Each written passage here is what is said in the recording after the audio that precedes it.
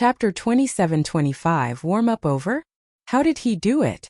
That other guy's power is comparable to mythic monsters. Yet, Black Flame actually received the attack directly? Black Flame should be under the magic barrier's suppression now, right? So this is Black Flame's true strength? After a moment of silence, the audience in the arena instantly broke into an uproar, never having expected things to turn around so quickly. When mythology revealed its frightening combat power, almost everyone believed that this fuss caused by Zero Wing and Frost Heaven was over. Yet, it turned out that Zero Wing still had the strength to contend against mythology.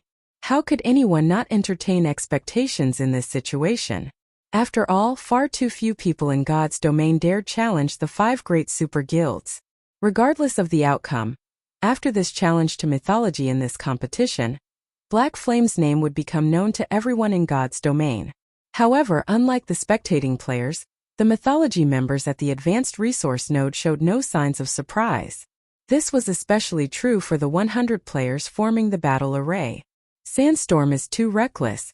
The vice commander previously warned him that Black Flame isn't a simple opponent, yet he actually charged into battle all by himself without a word. Foolish. He is truly foolish. He actually ignored the vice commander's words. He's going to turn us into a laughingstock for the other superpowers. The 30-plus Void Realm experts from mythology did not feel a shred of pity for Sandstorm, only anger that he had allowed himself to get caught. Their vice commander Prosciutto had gone to great lengths to create a scenario presenting mythology as an existence that should never be provoked. Now, Sandstorm had single-handedly ruined this scenario. Sandstorm, come back. Stop shaming yourself in front of guild leader Black Flame, Prosciutto said, sighing as he looked at Sandstorm and his dumbfounded expression. At Prosciutto's words, Sandstorm snapped out of his daze, and his expression turned unprecedentedly grim and fearful. His hands even started trembling slightly. No, I can't disappoint the vice commander. Die. You must die. Only if you die can I wash away my shame. Sandstorm turned to Shi Feng, a hint of fear and madness in his eyes as he looked at Shi Feng. However, the fear he felt wasn't because of Shi Feng but Prosciutto. Immediately, Shi Feng felt the power resisting his hand strengthening. Before Shi Feng could react, Sandstorm disappeared from where he stood and reappeared in midair with crimson runes covering his body. In addition, Sandstorm's body also underwent several physical changes. Not only did his body enlarge, but 2 black horns also grew out from his forehead. He also gained a pair of pitch-black, feathered wings and a scaly tail. The frightening aura he now exuded had Frost Heaven's Tier 3 experts shuddering involuntarily. What did he do? Doesn't the competition venue prevent the use of berserk skills? A hint of fear appeared in Mushin's eyes as she gazed at Sandstorm hovering in midair. Compared to his previous self, the current Sandstorm was like a completely different person. Not only did his aura intensify, but even his life rating had received a significant improvement. No, it's not a berserk skill. He's just reverting to his original form, Shi Feng said, shaking his head. Even he was a little surprised when he saw Sandstorm's transformation. Mythology truly is amazing. To think they actually managed to get their hands on the demi-dragon bloodline. Someone among them even managed to endure the bloodline's violent power. In God's domain, aside from bloodlines that increased a player's life rating, there were special bloodlines that functioned differently. One such example was the violent demi-dragon bloodline, which could raise a player's life rating to the archaic species standard, granting players a much greater improvement than ordinary bloodlines. However, this bloodline had a drawback. Due to the demi-dragon bloodline's overly violent power, players paid a heavy price to use whenever a player activated their demi-dragon bloodline. They would be subjected to unimaginable pain beyond the tolerance of ordinary humans. Hence, very few people were willing to accept such bloodlines. Shi Feng never thought that Sandstorm would manage to not only assimilate the demi-dragon bloodline, but also endure its violent power. You must be crazy. Mushin was exasperated to see Shi Feng marveling at Sandstorm's strength. The strength of his aura has more than doubled. I even suspect he has already reached the Tier 4 standard in terms of the strength attribute. Yet, you still have the time to admire his strength? That's right. In terms of physique and basic attributes, he is indeed on par with bona fide Tier 4 classes. Shi Feng nodded in affirmation. You Mushin couldn't help goggling at Shi Feng's composure. She simply couldn't understand what was going through his mind. It was as if he had forgotten who had driven Sandstorm to such an extent. "Lena, you guys go help him as well," Prosciutto ordered calmly to the blonde, female shield warrior beside him. At this command, the mythology members standing around Prosciutto turned to him in surprise. The blonde girl named Lena was Prosciutto's right-hand man. She was a bona fide domain realm expert, and her strength ranked within the top 3 in this team of theirs. Now, Prosciutto was actually having her join the fight as well. "Yes, sir." Lena made a respectful bow before joining Sandstorm together with 5 other players behind her. What's going on? What is Prosciutto thinking? Does he think Sandstorm isn't enough to deal with Black Flame? That's not possible, right? That Sandstorm can be considered a Tier 4 monster already. Maybe the others were told to deal with Frost Heaven's members. At this time, everyone in the audience was eyeing Lena's group curiously. Because of the battle array's buff, the 6 all possess strength and defense close to matching mythic monsters. Any of them could easily annihilate a superpower's 1,000-man team. Having 6 of them move together was simply overkill. Isn't Prosciutto overestimating us? Mushin felt like crying when she saw Lena's group joining the fight. While the fact that Prosciutto had dispatched such a force to deal with them meant that he thought highly of them, she couldn't bring herself to appreciate the gesture. After all, they would have to deal with 4 peak experts with basic attributes close to matching mythic monsters. However, before Mushin and the other Frost Heaven members could prepare themselves, the aura of Lena's group suddenly changed. In the blink of an eye, 6 more demi-dragons appeared hovering in the air. What is Prosciutto trying to do? Crap! 7 bona fide mythic combatants. I must be dreaming. This is the real power of the 5 great super guilds? The various spectating powers and players gasped involuntarily when they saw the 7 demi-dragons in the air. Bastards! Mythology is really a group of bastards. Mythology's 1,000-man team possessed not only over 30 near-mythic combatants, but even 7 bona fide mythic combatants. This situation was simply mind-blowing. While the audience was feeling fearful over the absolute power mythology displayed, Lena flew toward Shi Feng and stopped near him. "Your Excellency Black Flame, we sincerely apologize for Sandstorm's sudden assault on you," Lena said, her golden eyes carrying great respect as she looked at Shi Feng. "According to our Vice Commander's will, let's end the warm-up here and have both sides show our true strength. This is the respect we deserve, right?" "Sure. You're right." Shi Feng nodded. Shi Feng's words echoed in everyone's mind like a deafening thunder, and instantly silenced everyone. What? Warm up? They were just warming up before? I didn't hear things right. That woman actually told Black Flame that they should stop warming up? I don't believe it. I don't believe it. This is a lie. This must be a lie. The spectating powers and players felt their minds growing silly when they heard the exchange between Lena and Shi Feng. Based on Lena's words, Black Flame had still been holding back thus far, and now she was requesting him to fight with his full strength. Meanwhile, Shi Feng agreed to her request. If what Lena said was true, how much weaker were they in combat power compared to Mythology and Black Flame? At this time, Mushin stared at Shi Feng in disbelief. Shi Feng had previously stopped Sandstorm's attack, which carried power at the near-mythic standard, while under an advanced magic barrier suppression. Yet, he hadn't used his full strength back then. However, before Frost Heaven's members could react, a surge of mana flooded in from the surrounding environment, with Shi Feng as the center. The ground and sky even shook from the sheer volume of power being gathered. Read latest chapters at Wuxia World. The magic barrier enveloping Frost Heaven's members also began cracking. Less than a second later, boom! The advanced magic barrier shattered, transforming into countless particles of light and disappearing simultaneously. A mana domain enveloped the entire advanced resource node, causing everyone present to feel an unprecedented fear and oppression. A domain. Is this really a mana domain? Chapter 27-26 Battle of Monsters with Shi Feng as the center. A dark space with a 1,000-yard radius enveloped the advanced resource node and its surroundings. The mana inside the dark space flowed so rapidly that even ordinary players could sense the flux. The feeling of devastation and oppression this dark space gave off made even the audience in the distant spectator stands fearful. How can such a powerful mana domain exist? Even the mana domain of superior mythics isn't this strong. The advanced magic barrier shattered? Shouldn't mana domains be weaker than magic barriers? Many of the major powers spectating from the VIP viewing rooms had knowledge of mana domains. Some of them had even experienced one before.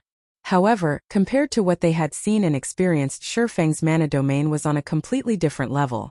So this is his mana domain? Muxin, who stood near Shi Feng, was stunned right now.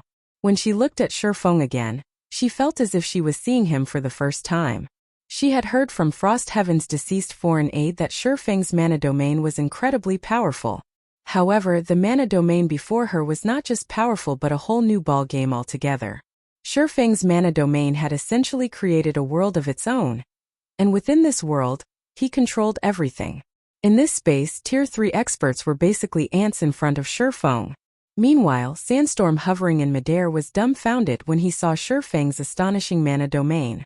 A player's mana domain can actually be this strong? Sandstorm's heart roiled with doubts as he felt the strong repulsive force coming from all directions. Shi Feng's mana domain was much stronger than that of superior mythics. Even after transforming into his demi-dragon form and gaining a Tier 4 physique and basic attributes, Sandstorm still suffered a significant restriction in his movements. By his estimates, he had lost around 20% of his basic attributes. His reaction speed and movement speed had also fallen by 30%. Now, his overall combat power was barely at the Tier 4 standard. Let's get started then. After glancing at Lina and the other demi-dragons, Shi Feng unsheathed the abyssal blade and vanished. Where did he go? Shi Feng's sudden disappearance confused Frost Heaven's members. He disappeared? At this moment, let alone Frost Heaven's members, even the audience in the spectator stands were stunned. A living human had actually disappeared from their godlike perspective. However, before anyone could react, an explosion suddenly sounded in midair. Boom! The next moment, a black shadow crashed into the ground, the impact creating cracks that extended over 20 yards. The frightening shockwave nearly toppled the nearby Frost Heaven members. What happened? Everyone gaped in shock when they saw the figure on the ground, their eyes wide with disbelief. Without anyone realizing it, Shi Feng had appeared amid the flock of hovering demi-dragons, fresh blood coating his long sword. Meanwhile, the figure on the ground actually belonged to a demi-dragon. At this moment, not only did this demi-dragon's armor sport a bone-deep cut, but 1/8 of his HP had vanished. The speed of Shi Feng's attack was simply unheard of. However, compared to the audience and Frost Heaven members, the mythology members spectating the fight were much more surprised by this situation, especially Sandstorm. A hint of confusion lingered in his eyes as he glared at Shi Feng after transforming into our demi-dragon form. With the combat arrays buff, we wouldn't lose even 3% of our HP after taking a direct hit from a mythic monster. How can Black Flame have such great strength? Fear surfaced in Sandstorm's eyes as he analyzed the situation. As demi-dragons, they could be considered bona fide Tier 4 combatants. Yet, even in such a situation, they still were no match for Shi Feng. Sandstorm simply couldn't fathom how much strength Shi Feng had. As expected of the demi-dragon bloodline combined with an advanced combat array's assistance, it'll be difficult to finish one of them quickly. When Shi Feng looked at the demi-dragon on the ground, he was slightly surprised.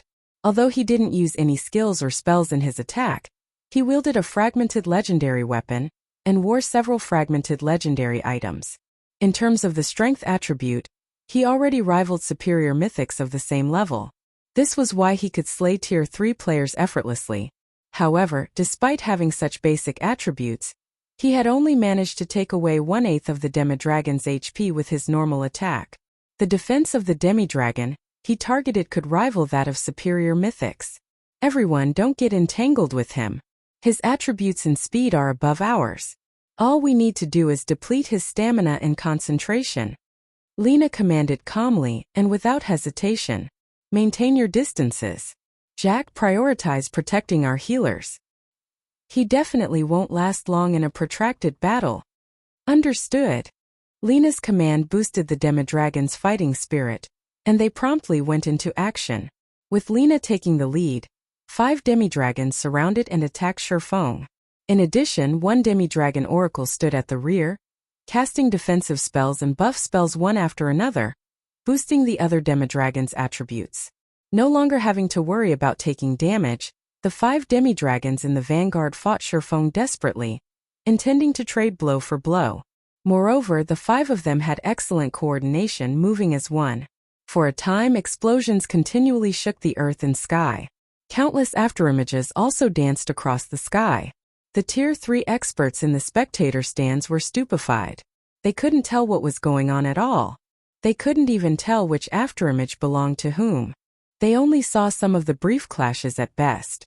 Of the spectators watching the fight, only those in the VIP viewing rooms could get a clear picture, thanks to the spectator interface's slow-motion mode. The 5 Vanguard demi-dragons perfectly merged their skills, spells, and combat techniques. They also had perfect coordination with one another. When one of them exposed a chink in their defense from clashing with Shi Feng, the others would immediately attack, preventing him from landing a fatal blow. As the clash continued, the expressions of Mushin and the other Frost Heaven members also grew darker. Although the two sides seemed evenly matched, Shi Feng had to deal with the 7 demi-dragons back-and-forth offensive all by himself. He had no time to rest at all. His stamina and concentration consumption were far greater than mythology's 7 demi-dragons. At this rate, Shi Feng would run out of stamina and concentration before Lina and the others did. Black Flame, you will lose for sure this time. While we aren't a match for you by ourselves, how long can you possibly last against our joint assault? Sandstorm grew increasingly excited as the fight went on. Although he had suffered plenty of attacks from Shi Feng and lost a lot of HP, he continuously received healing from the rear-line healers. Hence, he quickly recovered the HP he lost. Black Flame, you can't blame us for bullying you with numbers. It's your fault for not having anyone capable of backing you up, the tall man beside Sandstorm said, laughing. At these words, Frost Heaven's members lowered their heads in shame. Against such strength, Tier 3 experts like themselves were nothing but jokes. They wouldn't even qualify to be distractions. After all, they couldn't keep up with these people's speeds. It seems this is Zero Wing's limit. However, it's already plenty amazing that Black Flame managed to last this long. It's a pity there aren't any capable combatants among Frost Heaven's members. Otherwise, they could have put up a fight against mythology. Many of the spectating major powers couldn't help pitying Shi Feng. He clearly possessed inhuman strength that even mythology had to be wary of. Unfortunately, the gap between the 5 great super guilds and the other superpowers was simply too massive. Even if all of Frost Heaven's participants were there right now, they still wouldn't be able to threaten Lina's group of 7. However, this is a valiant defeat for Black Flame.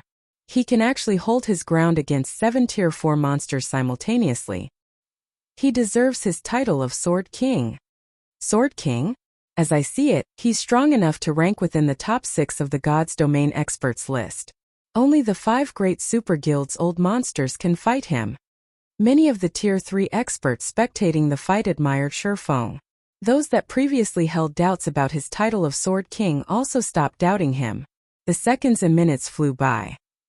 While everyone was feeling unreconciled for Shi Feng, the man himself suddenly leaped backward, distancing himself from the 5 Vanguard demi-dragons. Don't even think of escaping us. We have wings. We are by no means slower than you when it comes to flying. Upon seeing Shi Feng pulling away, Sandstorm immediately accelerated, chasing after him. When players gained a mana domain, they became capable of flight. However, flight achieved through this method was significantly slower than flying mounts. In comparison, demi-dragons could fly nearly as fast as flying mounts. Escape. Shaking his head, Shi Feng said, I just thought that time is almost up, so I plan to end this battle. You're still arrogant even in the face of death. I want to see how exactly you're going to end this battle. Sandstorm sped up at Shi Feng's words. Time is almost up? Lina felt that something was amiss when she saw Shi Feng's calm expression. What does he mean? However, before Lina could ponder on the matter, Shi Feng sheathed the abyssal blade. Read latest chapters at Wuxia World. You said before that I shouldn't blame you for bullying using numbers. I very much agree with this point. Gazing at Sandstorm and the other demi-dragons, Shi Feng unsheathed the other longsword hung by his waist and said, Now you shouldn't blame me either for bullying with numbers. After Shi Feng finished speaking, the twilight blade in his hand suddenly shone brightly, illuminating a radius of several thousand yards. Twilight's shadow. Twilight of the gods. The next moment, 8 physical phantoms split out from Shi Feng's body, every phantom identical to him.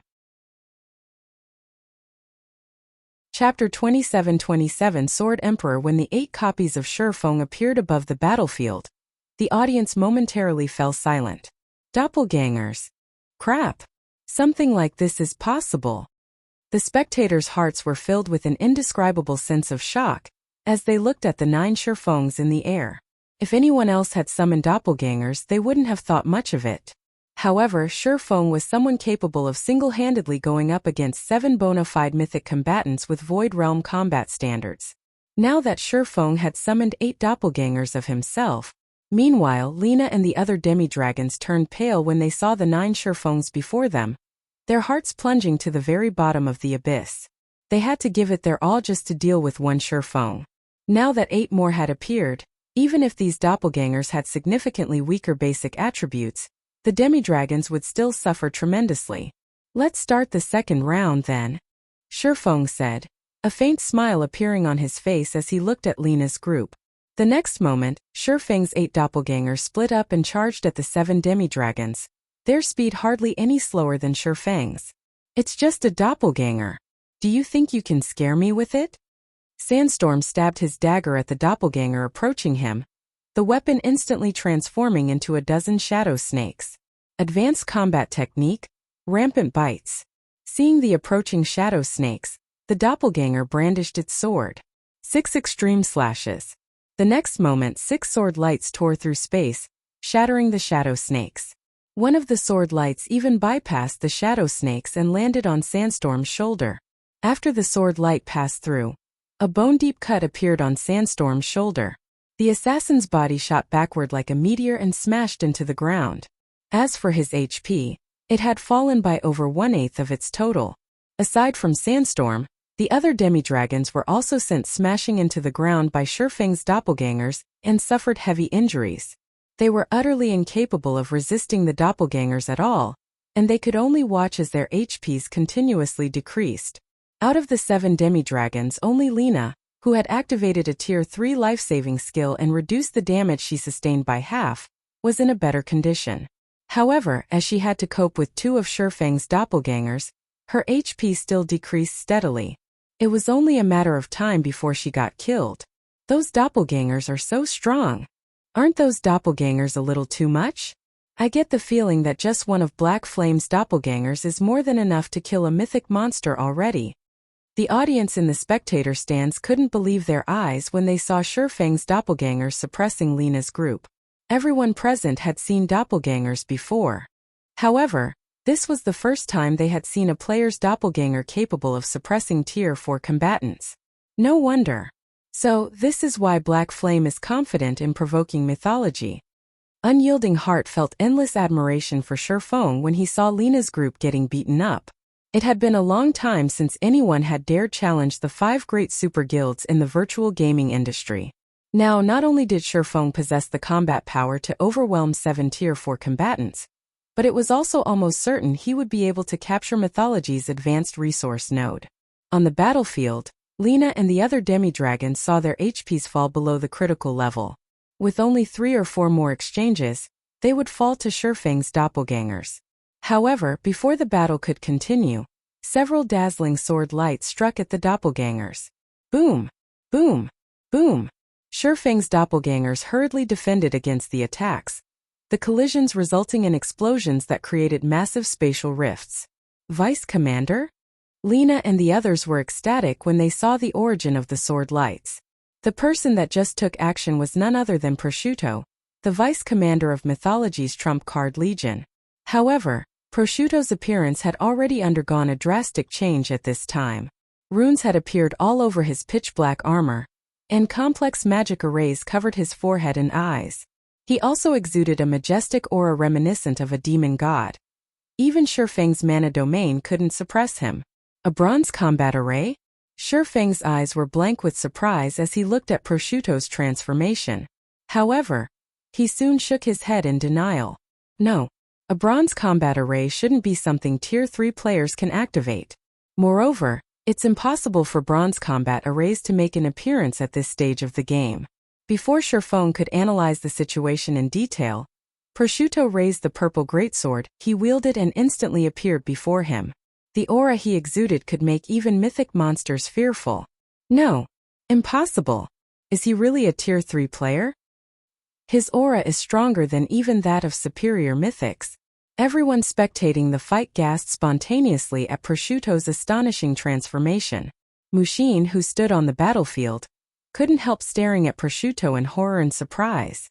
She couldn't bring herself to believe this was true. Previously, Lena and the others had already displayed monstrous strength. Mushin never imagined that Prosciutto would be even more monstrous. At this time, Prosciutto could no longer be considered a Tier 3 player. He looked more like a dragon wearing human skin. The terrifying aura he exuded caused the Tier 3 experts present to stumble backward, none of them daring to meet his gaze. The only time Mushin had felt such a terrifying aura was when she faced a Tier 4 dragon. Guild leader Black Flame, you have truly surprised me, Prosciutto said as he observed Shi Feng, his voice full of fighting spirit. You are the first person to have forced me to use this form. As a token of my gratitude, I will be your next opponent. As soon as Prosciutto said so, the audience in the spectator stands cheered inwardly. Crap! Are you kidding me? Even Prosciutto intends to take action.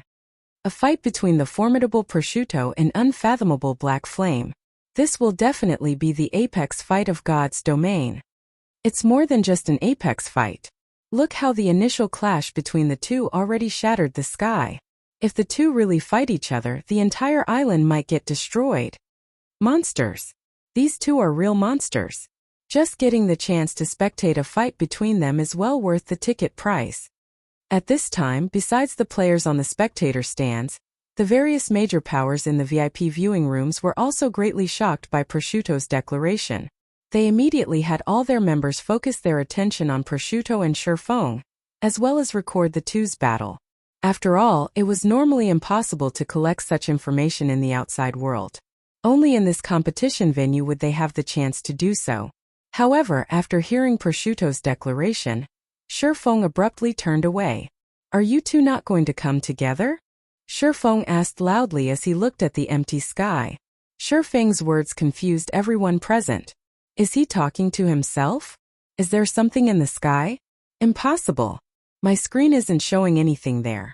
Black Flame must have seen wrong.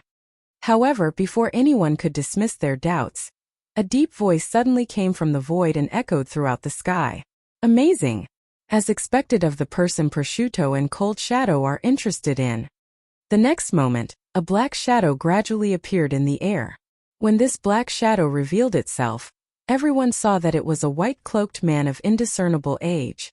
Moreover, despite the man clearly standing in midair, it was as if no one could perceive his existence in their mind.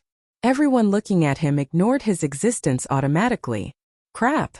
Isn't he that existence from mythology? Insane! This is insane. Mythology actually let this person join the competition. Is mythology trying to secure the championship? The players in the spectator stands were unfamiliar with this white-cloaked man. On the other hand, a wave of exclamations swept through the VIP viewing rooms when they saw him. After all, this white-cloaked man was one of the terrifying existences in mythology, who had reached the higher domain realm. Nobody knew his true age. The only thing others knew was that this man, called Odin, was one of mythology's 3 grand elders.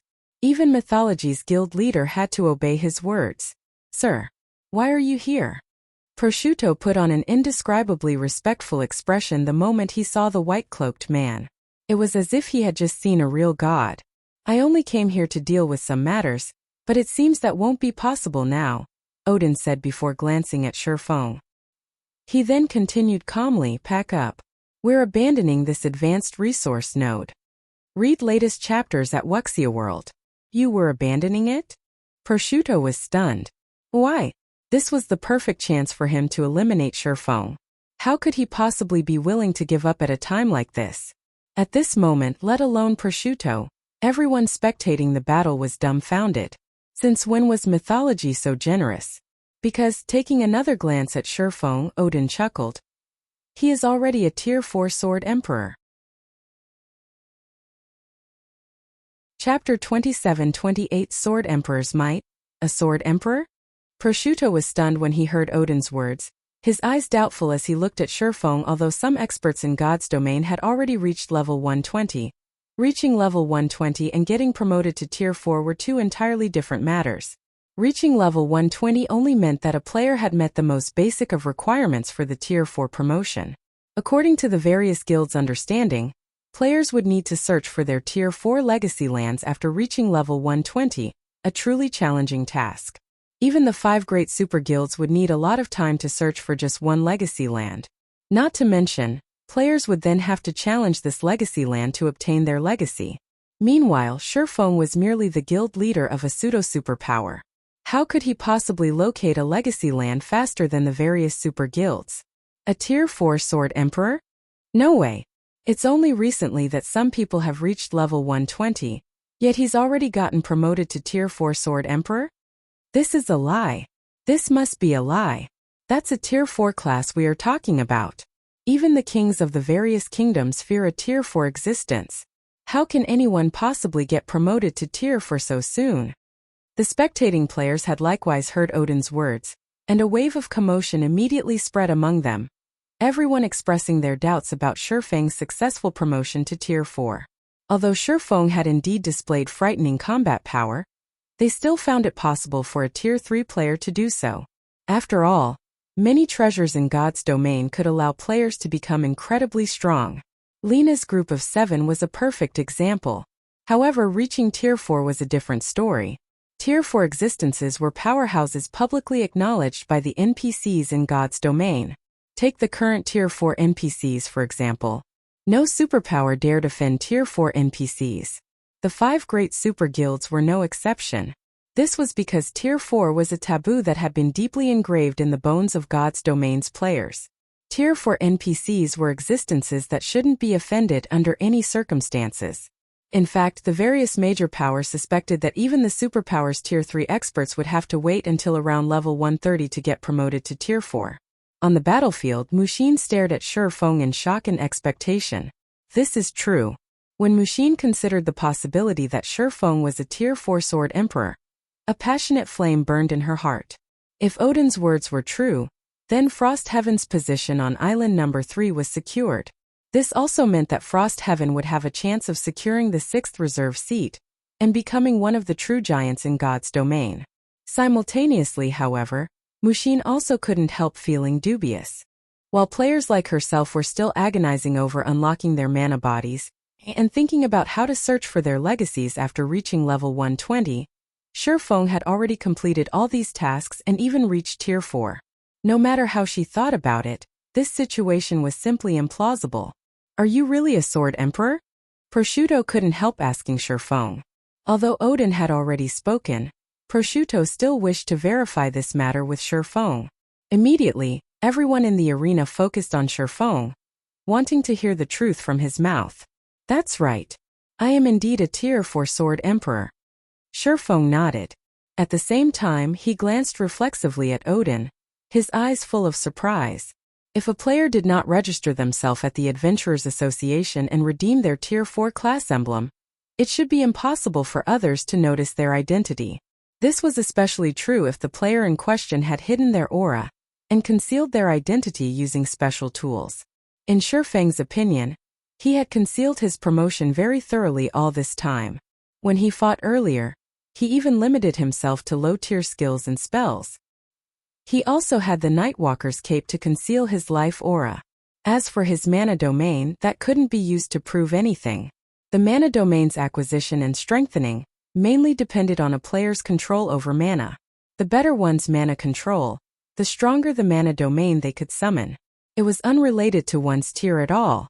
Meanwhile, following Shi Feng's acknowledgement, silence spread across the entire arena. At this stage of the game where even Tier 3 players were rare, a Tier 4 player had actually come into existence. It was as if Shi Feng was making a joke of all their efforts. No, that's impossible. I won't acknowledge it.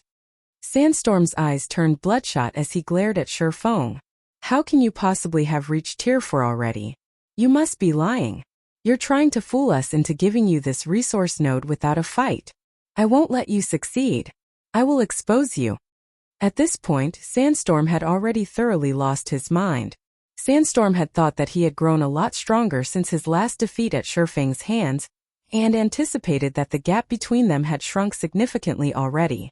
Now he was being told that not only did the gap not shrink in the slightest, but it had even widened instead. In Sandstorm's opinion, Shi Feng was merely the guild leader of a small guild. How could Shi Feng possibly surpass him, who was an elite among elites even in the 5 great super guilds? The next moment, Sandstorm's aura burgeoned in intensity, and the size of his body increased by a large margin. Scales also started growing on his face and body.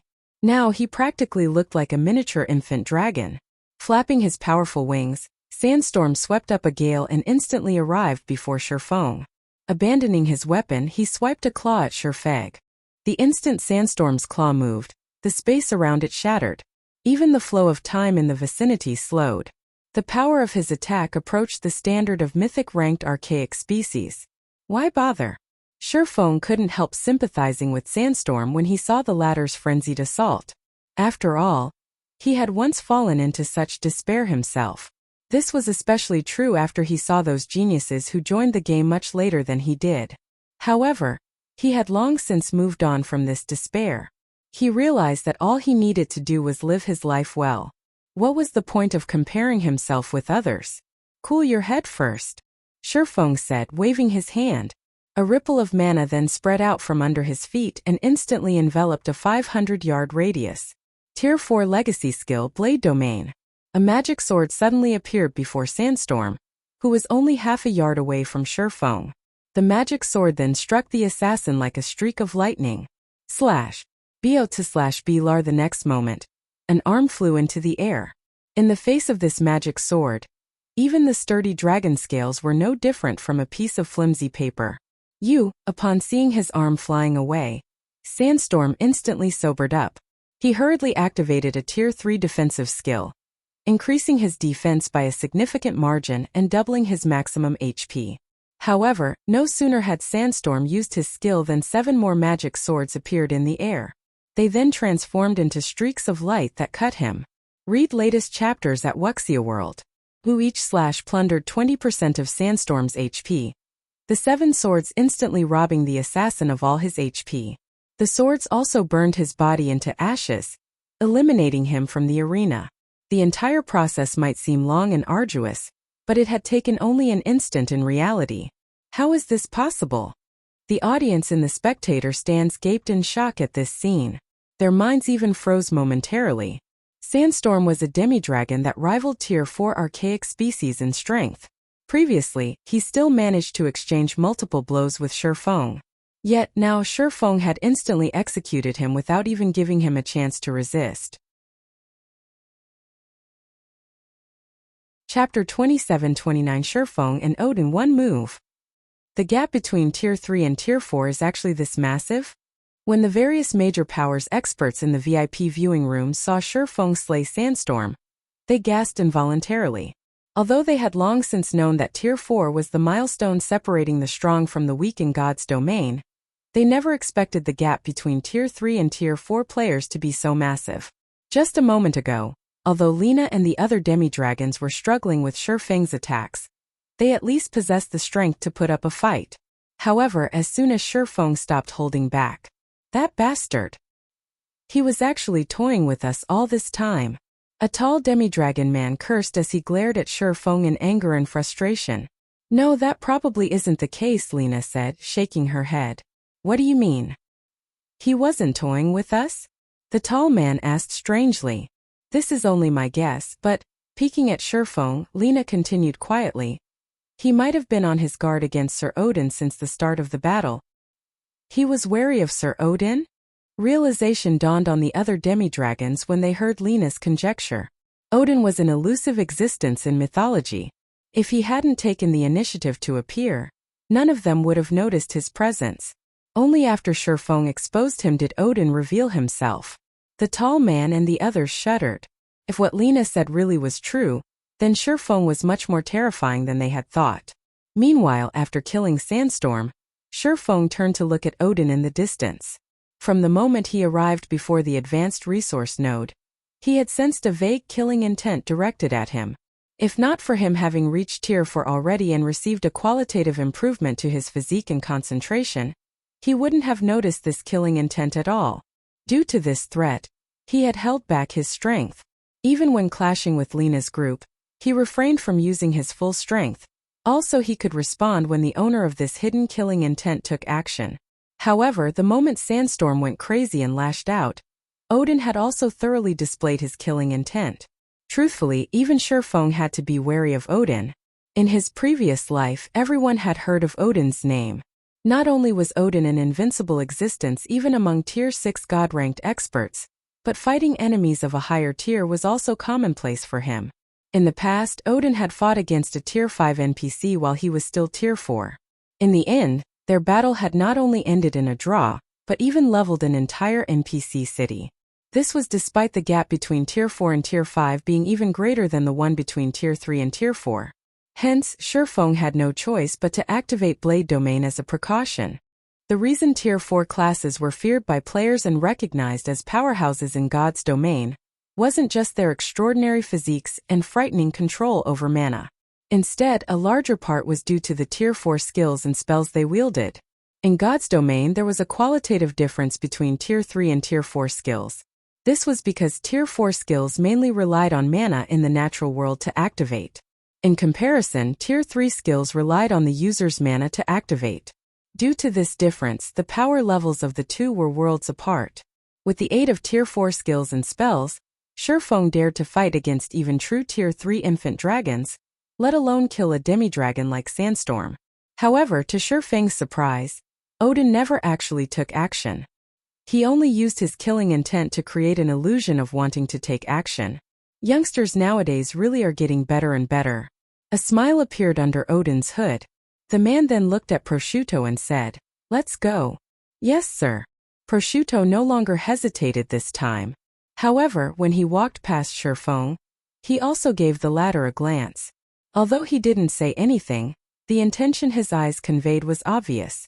"We will meet again." Afterward, Prosciutto and the rest of Mythology's 1,000-man team left the advanced resource node. They gave up the resource node very decisively and departed for another resource node together with Odin. They left. They left just like that? That Odin actually didn't take action? The audience was stunned by this situation. The originally heaven-defying battle had actually ended in such a manner. Moreover, Mythology's members had given up the fight so decisively. This was completely different from how the 5 great superguilds operated normally. At this moment, even Mushin was taken aback by this situation. "Is this our victory?" Mushin couldn't help asking Shi Feng. Odin's name was synonymous with destruction to the various superpowers. Now that Mythology had mobilized even Odin, she found it truly inconceivable that Mythology would give up just because of one Tier 4 player. After all, while a Tier 4 existence was an invincible enemy for the various superpowers, that might not necessarily be the case for the 5 great super guilds. "I guess so." Shi Feng nodded while looking at Odin's departing figure. Odin's decisiveness had caught even Shi Feng off guard. Initially, Shi Feng had already braced himself to fight for his life. He had even resolved to use some of the trump cards he had kept hidden all this time. However, he now felt as if he had just punched at empty air. "Do we still take control of this resource node?" Mushin asked. Of course, Shi Feng answered decisively. "We went through great difficulties to win it." "Okay. I'll have the others set up a perimeter now." Upon hearing Shi Feng's answer, Mushin immediately had her subordinates take up stations around the resource node to prevent others from stealing it. After leaving the resource node, Prosciutto couldn't help turning to Odin in confusion. "Sir Odin, since we surrendered the resource node to Black Flame so easily this time, I'm afraid the other 4 guilds will most likely ridicule us. Some superpowers might even start to make light of us because of this. Are we really not going to do anything?" Prosciutto asked. In Prosciutto's opinion, even if Shi Feng was a Tier 4 player, their team still had a fighting chance, especially since Odin was present. It wouldn't even be strange if they managed to take down Shi Feng. Yet, Odin had unexpectedly given away the resource node without a fight. Now isn't the time to fight, Odin replied, shaking his head. Moreover, we know too little about Zero Wing. It isn't the time to fight? Prosciutto grew even more confused at Odin's words. Why? With mythology's strength, they wouldn't fear fighting the 4 other super guilds. Much less Zero Wing.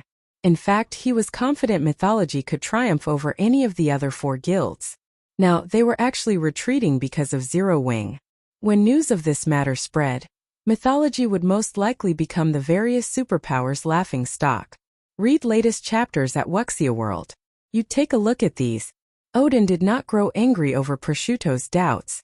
Instead, he forwarded a few videos to Prosciutto before saying, "You'll understand the reason once you finish watching them." How is this possible? Prosciutto was stunned when he saw the videos Odin sent him. This was because every one of these videos depicted a battle at the other resource nodes mythology occupied. Moreover, these battles shared a common point. Zero Wing's experts took part in them. All of them lost. Chapter 27:30. Unfathomable. Zero Wing. As Prosciutto watched the videos Odin sent him, his heartbeat gradually grew erratic. Even his complexion turned somewhat gloomy. Vice Commander? Lena prompted, a little puzzled by Prosciutto's reaction. However, Prosciutto did not respond to Lena's worry. Instead, his gaze suddenly turned indescribably grim. Impossible. The commander actually failed to take down that girl? Prosciutto's mood fluctuated violently after watching one of the videos. Vice Commander, what happened? Did something happen on the commander's side? How is that possible? Even the 4 other guilds wouldn't dare pick a fight with the commander unless they're tired of living. Prosciutto's strange performance surprised and puzzled Lena and the others. They couldn't understand what had happened to provoke such emotional swings in their vice commander. After seeing Prosciutto's reaction, Odin smiled and said, "Now you know why, right? I have to admit that the new era has truly come. Whenever I see you youngsters, I can't help but feel that I really have grown old." Odin's words confused Lena and the others even more. However, as if triggered by these words, a hint of excitement flashed in Prosciutto's eyes. "I see. Thank you for your teachings, sir. I will take this as a warning," Prosciutto said sincerely. "Good. Now this is the little fellow I used to fancy." Odin nodded in satisfaction. "Mythology will have to rely on your bunch in the future." "Sir Odin, what exactly happened?" Lena asked Odin nervously. Initially, with her status, she shouldn't be questioning Odin at all. However, after seeing Prosciutto's transformation, she couldn't help her curiosity. "It's nothing.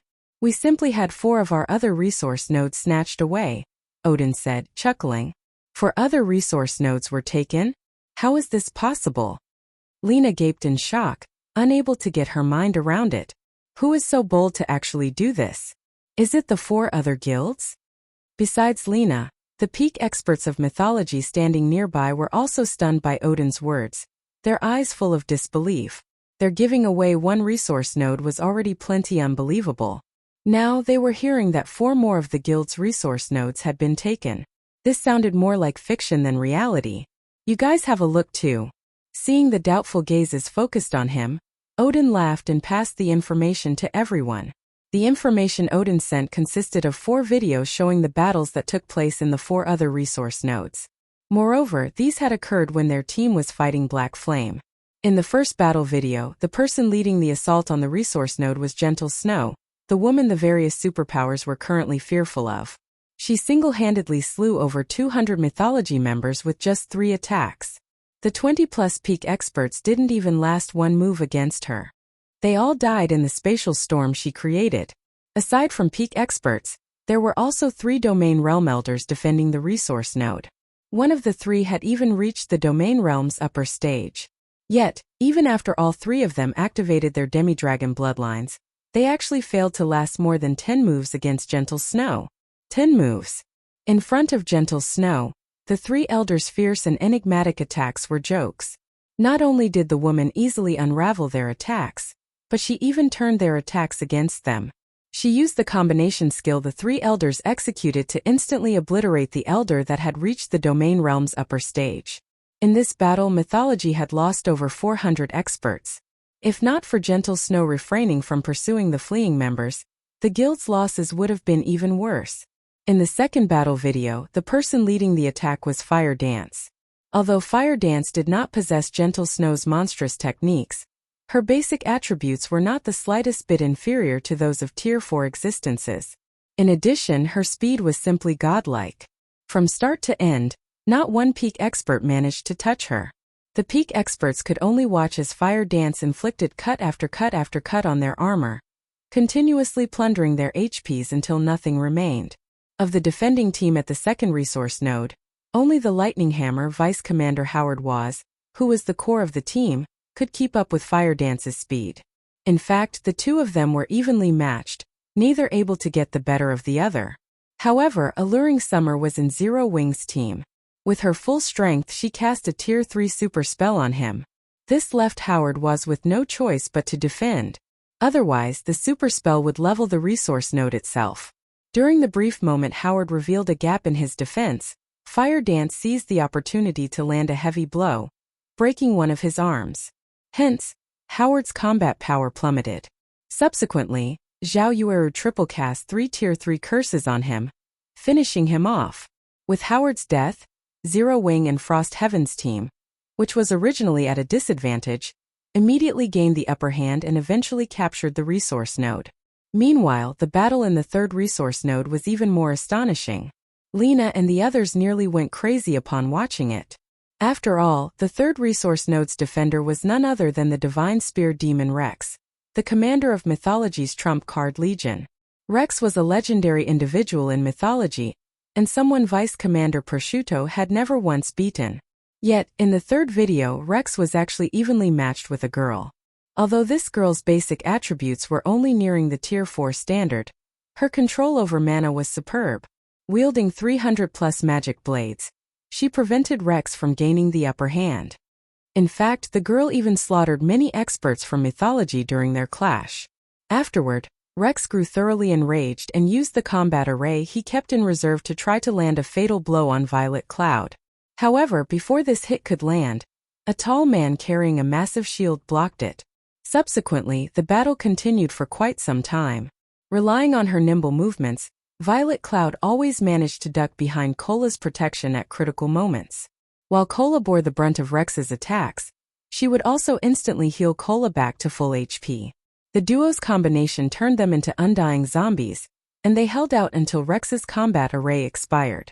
Although both sides suffered equally heavy losses after the long battle, as Rex no longer had the combat array's support, he was utterly powerless to do anything about Violet Cloud. To make matters worse, as Zero Wings and Frost Heaven's numbers dwindled, their members became more difficult to kill. In contrast, the rate at which Mythology's members got killed only increased as the battle continued. Eventually, in order to avoid the other guilds taking advantage of Mythology, Rex had no choice but to abandon the resource node to conserve his team's stamina and concentration. While the outcome could be said to be a draw since Mythology gave up the resource node, the overall result was still a loss.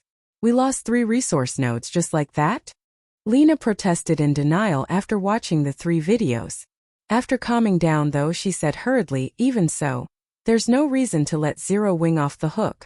While Zero Wing had indeed displayed astonishing combat power, Mythology could easily reclaim its lost resource nodes after reorganizing its forces. After all, they already knew what Zero Wing was capable of. It would be much easier to counter Zero Wing's forces afterward. Impossible. You'll know once you take a look at the 4th video, Prosciutto said. The 4th video? Lena was puzzled. Read latest chapters at Wuxia World. What relation did the 4th video have with their not being able to deal with Zero Wing? Even if Black Flame was a Tier 4 Sword Emperor, Mythology still had the means to deal with him. Even if Zero Wing had 1 or 2 more powerful combatants, it still wouldn't be a match for Mythology. However, Lena still listened to Prosciutto and played the 4th video. What's going on? Why isn't there anything here? Lena asked when she saw only an empty plane in the video. That's right. There is nothing at all. Prosciutto nodded. He then added slowly, because that place was thoroughly flattened. Chapter 2731 Mind-blowing. Although Prosciutto's voice was plain, every word he said thundered in everyone's mind. Flattened. Lena examined the image in the video again. A moment later, her heart began racing, and her breathing became stifled. Aside from sand, there was nothing else within the 1,000-yard radius displayed in the video. However, after careful inspection, she noticed piles and piles of fallen trees stacked outside the 1,000-yard radius. Many of these trees were uprooted, and most of them had shattered into dozens of pieces. The video then zoomed out, and she found that the so-called sandy area actually lay within a large forest.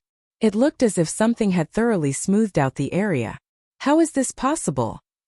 A Tier 3 Great Mage at the Void Realm exclaimed. That sandy area doesn't have any mana. At this Great Mage's reminder, Lena and the others also came to this realization and gasped. They had forgotten that the so-called battle video was actually a type of recording magic in God's domain. It could perfectly record the battlefield situation, which included the ambient mana. This allowed players to analyze the battle situation accurately. Meanwhile, they had watched this battle video as if they were watching a video in the real world. They had completely neglected the presence of mana or lack thereof. Is this Zero Wings doing as well? Lena asked when she saw the wasteland in the middle of the forest. The wasteland had a 1,000-yard radius. Moreover, the attack used had thoroughly consumed all mana in the area. Even Tier 4 large-scale destruction spells would have difficulty accomplishing such a feat. Not to mention, the only Tier 4 player known to exist was Black Flame. Yes, someone from Zero Wing did it. According to subsequent reports, that person should be Aqua Rose, one of Zero Wing's vice guild leaders. Her specific strength is still a mystery, Odin said, nodding. However, based on the spell's scale, we can think of her as a Tier 4 Great Wizard who wields Tier 4 large-scale destruction spells. Her destructive power is roughly 10 times that of Black Flame. How is this possible? Isn't Zero Wing just an up-and-coming pseudo-superpower? After hearing Odin's simple analysis, Mythology's members fell silent for a long time. They couldn't help doubting the veracity of the reports. Not only did Zero Wing have a Tier 4 Great Wizard, but this Great Wizard even possessed Tier 4 large-scale destruction spells. If this was the case, then this matter was much more serious than they imagined. After all, a Great Wizard wielding large-scale destruction spells could easily destroy even major NPC cities. At this stage of the game, such an existence would be invincible, be it in offensive or defensive battles. Meanwhile, in this competition, it wouldn't matter to a Great Wizard how many players were fortifying a resource node. All it would take was one Tier 4 large-scale destruction spell to end everything. And if one wasn't enough, then a second one would do. But are we really going to just give up? Lena asked. Mythology was one of the 5 great super guilds. It was sheer humiliation for the guild to get provoked on such a stage. If Mythology didn't do something, the whole world would start to look down on it. Of course not. Odin suddenly smiled. We must settle this account one way or another, but now isn't the time for that yet. Instead, we should learn from Miracle's example. Learn from Miracle? Lena parroted, confused. B-TOS-M/BB. A B Miracle was merely a slightly above average superpower. What could Mythology possibly learn from it? Sir Odin is right. We have to learn Miracle's way of doing things, Prosciutto said with brightened eyes.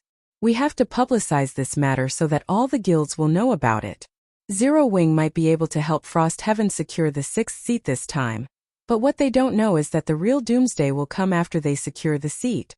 The reserve seats of God's domain's 12 great guilds were meant for the capable. If a guild relied on the strength of only a handful of individuals to secure one of these seats, then only destruction would await this guild. Moreover, after this competition, Zero Wing would also debut on the international stage. A guild capable of using Mythology as a stepping stone wasn't a problem for only Mythology. The other 4 of the 5 great super guilds couldn't afford to ignore Zero Wing either. Hence, the 5 great super guilds would not allow such an existence to exist in this world. Good. I will leave this matter for you to handle. Odin nodded in satisfaction when he saw Prosciutto realizing what had to be done. He then vanished from the group as if he had never been there. Shortly afterward, every participating guild in the competition received an astonishing piece of news. Zero Wing had defeated Mythology and stolen 5 of Mythology's resource nodes. The battle videos at the 5 resource nodes even spread to the various superpowers. The sight of Black Flame killing Sandstorm in one move, Gentle Snow killing over 30 Tier 3 peak experts in one move, Aqua Rose flattening a resource node with one spell, Violet Cloud forcing the Divine Spear Demon into retreating, and a handful of Zero Wings members killing the Lightning Hammer were thoroughly etched into everyone's mind. After all these accomplishments, Frost Heaven became the biggest dark horse in this competition. The mind-blowing news shook the various participating guilds in the arena. This is fake. This must be fake. Didn't Zero Wings and Frost Heaven's members launch an attack on Mythology only recently? How can the battles be over already? A Tier 4 Great Wizard. How is this possible? The various participating guilds were dumbfounded by the information they received. None of them could accept it. However, it was also impossible for these battle videos to be fake, especially with the frightening strength Mythology displayed. The superpowers despaired at the gap between them. Nevertheless, despite having such overwhelming strength, Mythology still ended up defeated. Moreover, it didn't even lose at the hands of a super guild but to Zero Wing, an up-and-coming pseudo-superpower. Didn't they say Zero Wing doesn't have any background? What exactly is Zero Wing? For a time, the various superpowers were filled with curiosity and confusion about Zero Wing. Despite being a small guild with no backing, Zero Wing had produced a Tier 4 Sword Emperor and a suspected Tier 4 Great Wizard. How could they bring themselves to believe this? As for the players in the spectator stands, they too were stunned by this situation. They never thought that during the time Shi Feng was fighting one of Mythology's teams, astonishing battles had taken place elsewhere, as well. They also regretted missing these battles. After witnessing Zero Wing's strength, both the Star Alliances and Unyielding Soul's upper echelons couldn't help lamenting this situation. They never thought that after not meeting Zero Wing for some time, the other guild had actually grown to such an extent already. Tier 4. This is real power. A passionate flame burned in Purple Eye's heart as she watched the clash between Shi Feng and Sandstorm. So long as I reach Tier 4, the guild will be able to tread the international stage as well. At this time, Purple Eye wasn't the only person to have such thoughts. The various major powers experts in the other VIP viewing rooms also burned with desire and ambition toward attaining Tier 4. Every one of them resolved themselves to do everything they could to reach Tier 4 after this competition. Unlike the audience's excited reactions, Miracle and Sacred Temple were filled with both hatred and shock at Zero Wing's performance. Initially, the two guilds believed the 6th reserve seat was already within their grasp. Now that a powerful competitor had emerged in the competition, the two guilds had no choice but to compete for more resource nodes. Otherwise, they wouldn't be able to maintain their current advantage until the end of the competition. Meanwhile, when Seven Wonders received news of Zero Wing's performance, he felt an unprecedented joy and excitement. He truly had not expected the helpers Hong Xinyuan recruited to be powerful enough to pull Frost Heaven out of its hopeless situation and give it a chance to win a reserve seat. To ensure Frost Heaven secured the 6th reserve seat, after Frost Heaven became one of the top 5 ranking guilds on island number 17, Seven Wonders led a team to other islands to compete for more resource nodes. For a time, Miracle, Sacred Temple, and Frost Heaven frantically fought all over the arena. Despite suffering immense casualties, the 3 guilds continued fighting until the bell signaling the end of the competition rang. Meanwhile, after the competition ended, huge holographic screens appeared on top of every island. The screens listing the total points accumulated by the participating guilds one after another. Mythology, 12,610 points. Pantheon 3,920 points. Sky Dragon Family, 4,550 points. Netherworld Empire 13,350 points. Miracle 5,230 points. Sacred Temple 5,180 points. As the names of the participating guilds appeared one after another, Frost Heaven's members grew increasingly nervous. The point difference between Miracle, Sacred Temple, and Frost Heaven should be incredibly narrow. In fact, partway through the competition, Shi Feng even had to attack other resource nodes personally and let Frost Heaven's members wear the resource emblem to keep Frost Heaven in the competition. Although there were instances where other guilds had successfully stolen some of Frost Heaven's poorly defended resource nodes, most of these nodes were quickly reclaimed. In addition, Gentle Snow and Aqua Rose also wandered between the various resource nodes to avert the ambushes of other guilds. We must succeed. Mushin also grew incredibly nervous as she looked at the screen. Read latest chapters at Wuxia World. Frost Heaven had suffered tremendous losses during this competition. By the end of the competition, Frost Heaven had fewer than 2,000 members left standing. 6 elders, 2 grand elders, and Great Elder Brilliant Blue had even fallen in battle. This was a massive blow to the guild. At this time, even Shi Feng couldn't remain perfectly calm. He never expected that Miracle and Sacred Temple would secretly ally with other guilds to attack Frost Heaven's resource nodes, forcing him to rotate continuously between several islands. He had even had Aqua Rose obliterate 11 resource nodes. Only then did they manage to deter the other guilds from stealing Frost Heaven's resource nodes. Now that Zero Wing had exhausted its trump cards and revealed many things to the various superpowers, if Frost Heaven still failed to secure the 6th seat in this competition, then Zero Wing would have a thorny road ahead of the next moment. After more than 20 guilds were listed on the screen, Frost Heaven's name finally appeared. Frost Heaven 5,260 points. Chapter 2732 True Beginning. We won. We really won. Mushin and the other Frost Heaven members were ecstatic when they saw their guild's score. Many members even screamed in joy as they reveled in this moment of victory.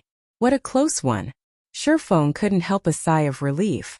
In the end, Frost Heaven had beaten Miracle by only 30 points, which was just 1 hour's worth of points for an advanced resource node.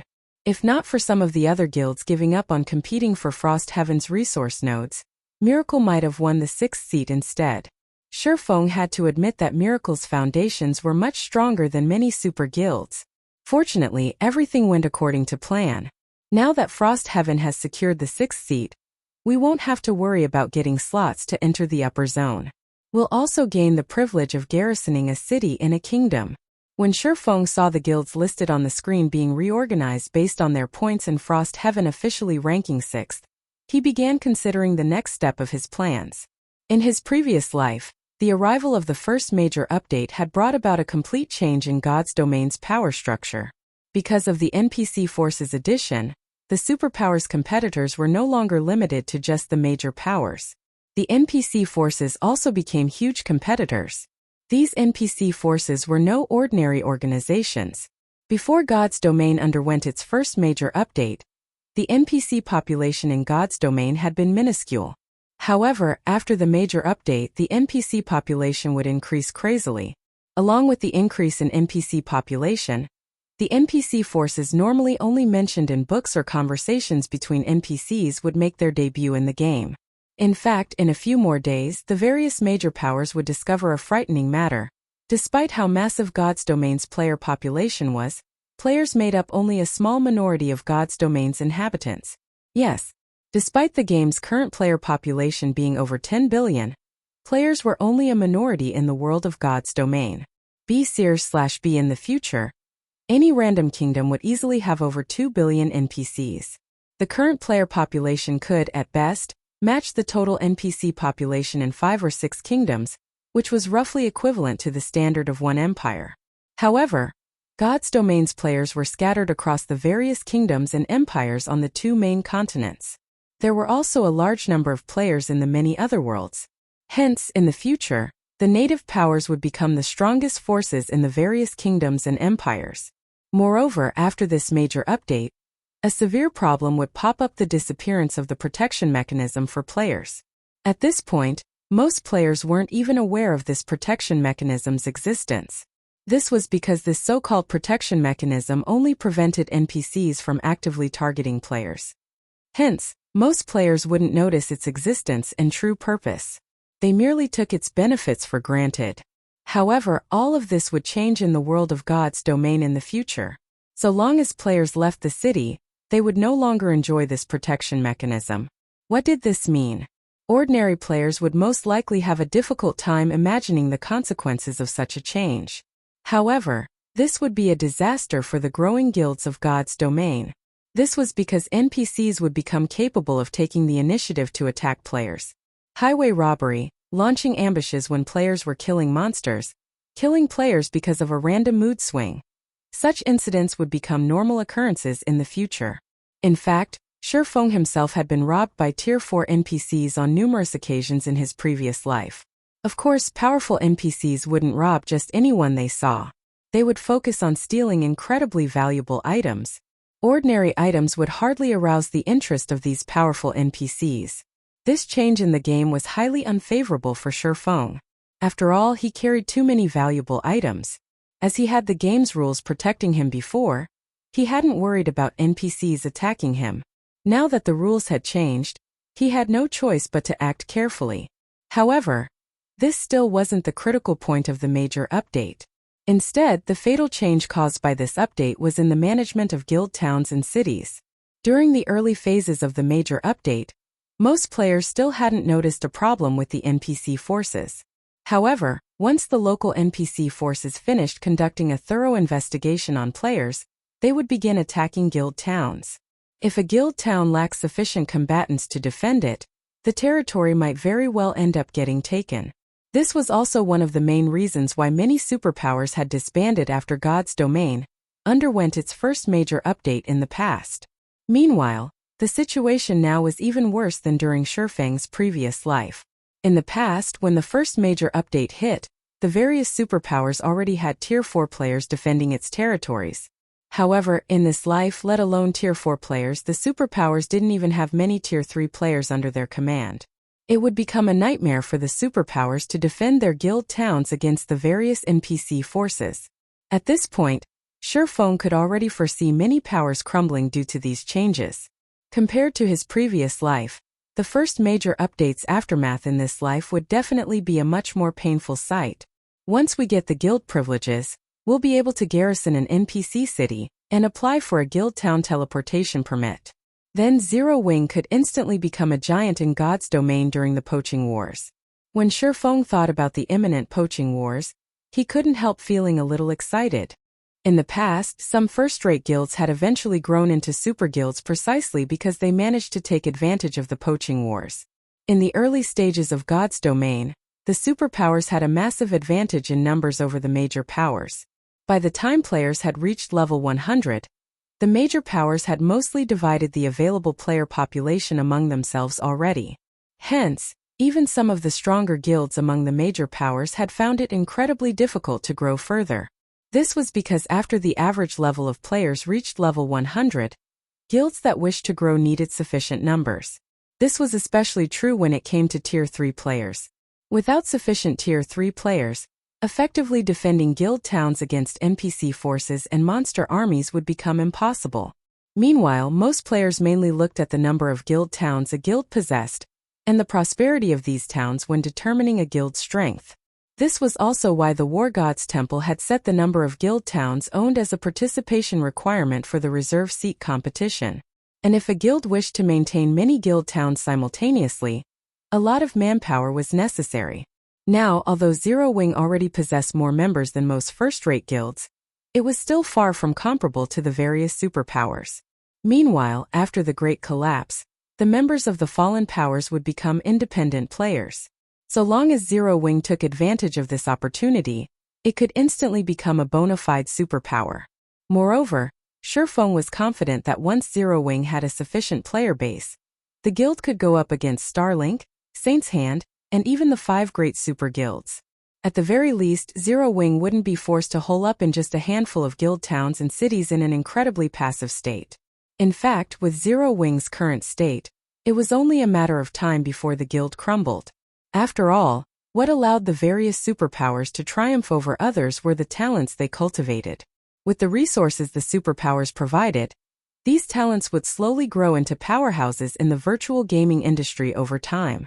If Zero Wing did not make sufficient preparations, with the guild's current scale and talent count, the guild would be fortunate to keep itself alive in the future. Meanwhile, along with the release of the official rankings, the spectating players and major powers erupted in an uproar. Crap! Frost Heaven actually got a seat. Frost Heaven really is lucky. It actually found a dark horse like Zero Wing. With this, Frost Heaven really is going to rise to prominence. Zero Wing, is it? While the spectating players and major powers found Frost Heaven's victory surprising, they didn't feel particularly surprised by it, either. After all, the Tier 4 combatants Zero Wing possessed were simply too terrifying. They were not opponents Tier 3 players could hope to contend with. The major powers paid more attention to Zero Wing than to Frost Heaven. Frost Heaven can consider themselves lucky. After looking at the guild rankings, Cold Shadow glanced at Shi Feng's information and sneered. However, Zero Wing won't be as lucky afterward. The nail that sticks out gets hammered. This held especially true for a prominent guild like Zero Wing. The various superpowers were greatly limited in the forces they could bring out during this competition. This was especially true for the 5 great super guilds. After all, Tier 3 was the minimum standard for players to participate in the competition. However, there was no such restriction in the outside world. The fact that Zero Wing had revealed 2 Tier 4 players in this competition had provoked the various superpowers intense envy. Zero Wing was merely a pseudo-superpower, yet it had actually produced 2 Tier 4 players. If someone were to say that there wasn't a secret behind this achievement, nobody would believe them. After this competition, she could easily foresee that both ordinary powers and superpowers would hound Zero Wing, until the guild gave up its secret to completing the Tier 4 promotion. Otherwise, only death would await Zero Wing. As the various superpowers began to plot against Zero Wing, Shi Feng remained wholly unaware of the matter. After the War Gods Temple announced the winners for the 6 reserve seats and awarded Zero Wing with the War Gods Temple official guild certificate, Shi Feng promptly disbanded his team and bid goodbye to Mushin. He did not stay behind to take part in Frost Heaven's celebration banquet, but quietly left the Fire Dragon Empire instead. This caused 7 Wonders and Hong Xinyuan to lament the missed opportunity to thank Shi Feng properly. Black Flame really is an unfathomable person. After watching Shi Feng's figure disappear into the distance, 7 Wonders turned to Mushin and said earnestly, "Mushin, you'll be the first Vice Guild leader from now on. You'll be responsible for the matter regarding the upper zone slots, S-rank nutrient fluids, and subsequent affairs relating to our alliance with Zero Wing. I believe you can handle them well. Read latest chapters at Wuxia World. You guild leader, please rest assured. I will definitely handle them well," Mushin answered ecstatically. Meanwhile, after Shi Feng left the War Gods Temple, he did not hurry to return to Zero Wing's residence to preside over the changing situation. Instead, he made his way to the Twin Towers Kingdom, a dilapidated country on the brink of destruction, which would also become one of the most brilliant kingdoms in the future. Twin Towers City Hall. "Sir, how may I be of service?" a level 180 Tier 3 male administrator asked when he saw Shi Feng enter the building. "If you wish to purchase land, I will have to apologize in advance. We are no longer selling land to the public." "No, I'm not here to purchase land," Shi Feng said, shaking his head. He then took out the official guild certificate from the War Gods Temple and said, "I am Zero Wing's guild leader. My guild wishes to officially garrison this city. May I know if that's possible?"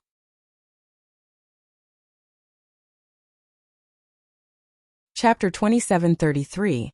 Garrisoning Twin Towers. Vico, the level 180, Tier 3 male administrator, looked at the certificate in Shi Feng's hand and carefully inspected it. "Yes, this is indeed an official guild certificate from the War Gods Temple." Vico nodded, his gaze turning respectful as he looked at Shi Feng. He then added slowly, "Lord Guild Leader, there is nothing wrong with your guild certificate. However, I'm afraid that as an ordinary guild, your guild does not qualify to garrison our kingdom's capital. You can only choose to garrison another of the Twin Towers Kingdom's cities." Sure enough, the guild still can't garrison the capital city. Shi Feng was not particularly surprised by Vico's rejection. Since that's the case, Zero Wing will garrison Sky Spring City. Although the War Gods Temple now recognized Zero Wing as an official guild in God's domain, that was only recognition and nothing more. Initially, Shi Feng thought that with the deterioration of the Twin Towers Kingdom due to the abyssal monsters, Zero Wing might have a chance to garrison its capital. However, it would seem that he had still underestimated the Twin Towers Kingdom. After thinking it through, though, he found this situation reasonable. In his previous life, the Twin Towers Kingdom had shone brightly on the continent of God's domain. thanks to the Tower of Time and secret covenant tower it housed. It had been a kingdom that stood far above other kingdoms. Moreover, while the Twin Towers kingdom might currently look battered, now that the first major update had taken place, NPCs would start appearing in large numbers across the kingdom. Once that happened, it was only a matter of time before the NPCs turned the tables on the abyssal monsters. Otherwise, Shi Feng wouldn't have rushed to have Zero-Wing garrison the Twin Towers kingdom. That won't be a problem. Please follow me. I will conduct the procedures for you, Vico said and led Shi Feng to the third-floor hall. On his way to the third floor, Shi Feng noticed that the number of NPCs inside the city hall had increased significantly. Previously, it was rare to see even one Tier 3 NPC in a city hall. Now, he spotted at least a dozen. Moreover, even the weakest of them was at level 140, while the strongest reached level 182. They were not existences current Tier 3 players could hope to contend against. Through this, he could already anticipate a large batch of Tier 3 NPCs appearing inside the Twin Towers kingdom in the near future. With the combat power of these NPCs, retaking the Twin Towers kingdom and driving the abyssal monsters back into the abyss would be entirely possible. Meanwhile, the Sky Spring City he chose to have Zero-Wing garrison was the closest NPC city to the Secret Covenant Tower. Although Sky Spring City didn't even rank within the top 15 of the Twin Towers Kingdom's NPC cities, after the first major update, the Secret Covenant Tower would become more attractive than the Tower of Time. This was because the Secret Covenant Tower was a holy land for grinding for levels and acquiring guild resources. Before God's Domain's first major update took place, grinding for levels was a daily chore for players. However, after the first major update, grinding for levels would become deadly. If players did not possess overwhelming strength, then the moment they left the confines of NPC cities, they would have to fight with their lives on the line. This was because both NPCs and monsters gained conscious thought after the major update, and they would no longer let players kill them like idiots. Both NPCs and monsters would fight desperately for survival. Hence, grinding monsters would no longer be simple, repetitive fights for EXP. Instead, it would become a fight where players bet their lives for EXP. In a situation where the two sides were roughly equal in strength, every fight would be incredibly taxing. In fact, after the major update, most players would no longer dare fight monsters that were significantly higher level than they were. Of course, the increased difficulty in killing monsters came in tandem with a drastic increase in the EXP monsters awarded, at least 10 times more than what they previously awarded. Even so, leveling up would still become an increasingly laborious task in the future. However, it was a different story in the Secret Covenant Tower. The countless monsters trapped in the Secret Covenant Tower's special space had already gone crazy, and did not possess any consciousness or intelligence. The only thing on their minds was slaughter. Yet, despite the lack of intelligence, the monsters inside granted the same amount of EXP as the monsters in the outside world. The only problem was that entering the Secret Covenant Tower cost magic crystals. In addition, the monsters inside did not drop coins or magic crystals. The value of the materials they dropped was also negligible. Fortunately, the Secret Covenant Tower wasn't completely barren of loot. Hidden inside the special space were relics belonging to ancient civilizations. The deeper one progressed down the tower, the better the relics one could obtain. Examples would be weapon and equipment designs, master-ranked potion recipes, and even complete legacies for Tier 3 classes. Yes, complete legacies for Tier 3 classes. Unlike the Tier 3 legacies scattered in the outside world, a complete legacy could lower the difficulty of players' Tier 3 promotion by a large margin. A complete Tier 3 legacy could allow a guild to gain a large number of Tier 3 players within a short period. It wasn't an exaggeration to say that, for guilds, a complete Tier 3 legacy was 100 times more valuable than a fragmented legendary item. Meanwhile, complete Tier 3 legacies only started appearing from the 18th floor. This was a place that became available after the first major update. Before this, the Secret Covenant Tower was only a place for pre-level 100 players to grind for levels. It wasn't suitable for players past level 100. However, after the first major update, the Secret Covenant Tower would no longer be the same as before. In the past, after it was revealed that the Secret Covenant Tower dropped complete Tier 3 legacies, the various powers on the Eastern continent had swarmed to the Twin Towers Kingdom. This, in turn, had made the Twin Towers Kingdom one of the most dazzling kingdoms in God's Domain, And Sky Spring City had also become an NPC main city that was second only to the capital city.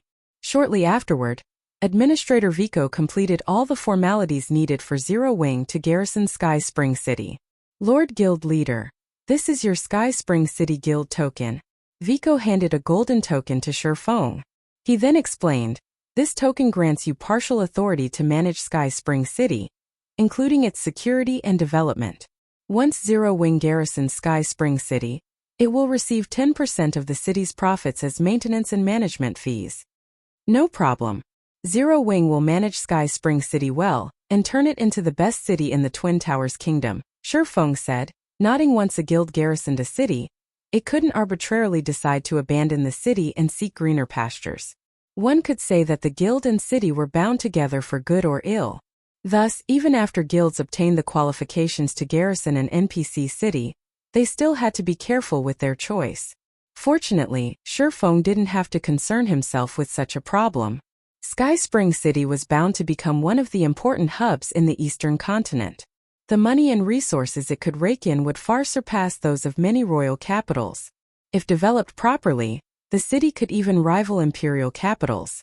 I pray that you can fulfill this wonderful goal, my lord, Vico said, feeling slightly surprised by Shi Feng's confidence. Now that Zero Wing has officially garrisoned Sky Spring City, can we enable Sky Spring City's city teleportation network? Shi Feng asked. Obtaining the resources Sky Spring City had to offer was only one of his goals in having Zero Wing garrison the city. What was more important for Zero Wing was the city teleportation network that came with garrisoning a city. This was also the main reason the various superpowers had frantically fought to secure a reserve seat. Certainly. However, your guild will have to handle the cost of binding with Sky Spring City's teleportation magic array, Vico said with a hint of joy in his voice. How much will it cost to construct one large-scale teleportation array? Shi Feng asked. If it is only one, the material fee is 100,000 gold coins and 30,000 magic crystals. The labor cost is an additional 5,000 gold, Vico said. In total, it will cost 105,000 gold and 30,000 magic crystals. You guys sure are ruthless. It's just a bunch of ordinary materials, yet you're actually charging me 100,000 gold. Shi Feng was flabbergasted at Vico's quote. If it were before, he might have accepted this price as normal. However, after gaining experience in constructing teleportation arrays, he knew that the materials needed were much cheaper than what Vico quoted him. At most, the material cost should total around several thousand gold. No. The materials the Twin Towers Kingdom uses are the best.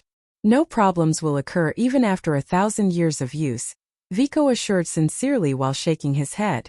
Fine, so be it. However, I want everything done within 2 hours, Shi Feng said after taking a look at the time. It had been nearly a day since the first major update took place. Meanwhile, the first wave of the NPC population boom would occur on the second day after the first major update. This was also the moment darkness would befall the various powers. That won't be a problem, Vico said confidently. May I know which guild city you wish to construct the teleportation array in? Silverwing City. Shi Feng answered after giving the question some thought. Silverwing City was pivotal to Zero Wing's future development and resistance against Saint's Hand. Hence, it was imperative that Silverwing City developed as rapidly as possible. Read latest chapters at Wuxia World. Although it is slightly far, so long as Milord makes the full payment, we will act immediately, Vico said, gritting his teeth as he looked at the map.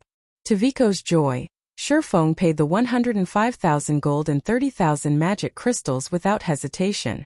After receiving the coins and magic crystals, the NPC promptly left the private lounge, evidently making his way to Silverwing City. Next, I'll have to see how much the NPC population will increase during the initial wave. Shi Feng's gaze grew solemn after Vico left the room. Hopefully, the number isn't too significant. Although he had managed to execute his plan in time, its success still depended heavily on how much the NPC population grew after the first population boom. If the increase in NPC count was too severe, even Zero Wing would be overwhelmed. After all, the guild simply had too few Tier 3 combatants right now. Meanwhile, Tier 3 combatants were the minimum requirement for maintaining public order in guild towns. At 6 a.m., The sun slowly rose into the sky and shone its dazzling rays onto the various cities of God's domain, symbolizing a new day in God's domain. Chapter 27:34 New World begins. Typhoon Empire, Typhoon City. The morning sun's rays shone on the secret pavilion's residence. However, nobody in the residence's scorching atmosphere was in the mood to enjoy this cool morning sun. As the competition for the reserve seats had just ended, the many budding talents and matured powerhouses that had debuted during the competition were now a target of attention for the secret pavilion. To sort out the information of these people and sell the information in the next publication of the God's Domain's experts list, the whole secret pavilion had become extremely busy. Every secret pavilion member within the Typhoon City residence was either sending out information to other branches or organizing the information they received from other branches. Everyone was so busy that they lost track of time. Uncle Yuan, the Strength Zero Wing displayed this time is truly astonishing. One Tier 4 Sword Emperor and one suspected Tier 4 Great Wizard that wields Tier 4 large-scale destruction spells. Zero Wing has even become a guild officially recognized by the War God's Temple. The various superpowers will have to fear Zero Wing now, Purple Jade exclaimed as she read the report on Zero Wing in her hands. B-B Zero Wing was a guild they had watched grow from nothing to its current state. Initially, Zero Wing had been a small guild that couldn't even be considered third-rate. However, it gradually grew into a large guild that could challenge even first-rate guilds. Afterward, it had fought against superpowers time after time. Now, it even stood on the international stage of God's Domain and aided Frost Heaven in securing the 6th reserve seat, shocking countless powers in God's Domain in one fell swoop. At this point, even the various superpowers had to acknowledge that Zero Wing was a guild to be wary of. The only thing Zero Wing lacked now was a sufficiently strong foundation. It just didn't have the frightening manpower and expansive territory of a superpower. While that's correct, you shouldn't forget that Zero Wing is a guild that is completely reliant on only a handful of individuals to support it. The guild is walking a tightrope, and a single mistake can lead to disaster. Now it has even become the focus of God's Domain's various powers, Yuan Tiexin said in a low tone, shaking his head. The Tier 4 promotion quest is simply too challenging. You should know this as well. Yet, Zero Wing has 2 people suspected to have completed their promotions. You should know very well what this implies. Uncle Yuan, you mean Zero Wing has grasped a way to complete the Tier 4 promotion quest easily? Purple Jade was a little shocked. According to the Secret Pavilion's information gathering, the hardest part in completing the Tier 4 promotion quest was searching for one's Tier 4 legacy land. Even the Secret Pavilion had yet to locate a single Tier 4 legacy land. If Zero Wing really found a reliable way to locate Tier 4 legacy lands, this would be an incredibly frightening matter. This is only conjecture. We still don't have any evidence to back it up right now. Moreover, I think the possibility of this being true is low. After all is said and done, God's Domain is a relatively fair game. If Tier 4 legacy lands could be located easily, Tier 4 classes wouldn't be considered powerhouses in God's Domain, Yuan Tiexin said, shaking his head. Even so, just the possibility holds an incredibly fatal attraction for the various powers. According to the inside information we've secured thus far, we can confirm that over a dozen superpowers are already preparing to suppress Zero Wing. In addition, Zero Wing has plenty of enemies, the Warblood Adventurer team on Dragonheart Island, the Dark World's various powers in the Dark Knight Empire, and Saint's Hand in Star Moon Kingdom. Starlink, Zero Wing's old nemesis, has also been conducting a series of secretive operations recently. Starlink seems to be planning something big by the looks of it. If these superpowers join forces, even if Zero Wing has a Sword Emperor and a Great Wizard defending its territories, the guild will still have difficulty surviving. Purple Jade's complexion turned ugly at Yuan Tiexin's analysis. A pseudo-superpower was actually fighting on 3 different fronts. Moreover, every one of its opponents was either a superpower or an organization backed by a superpower.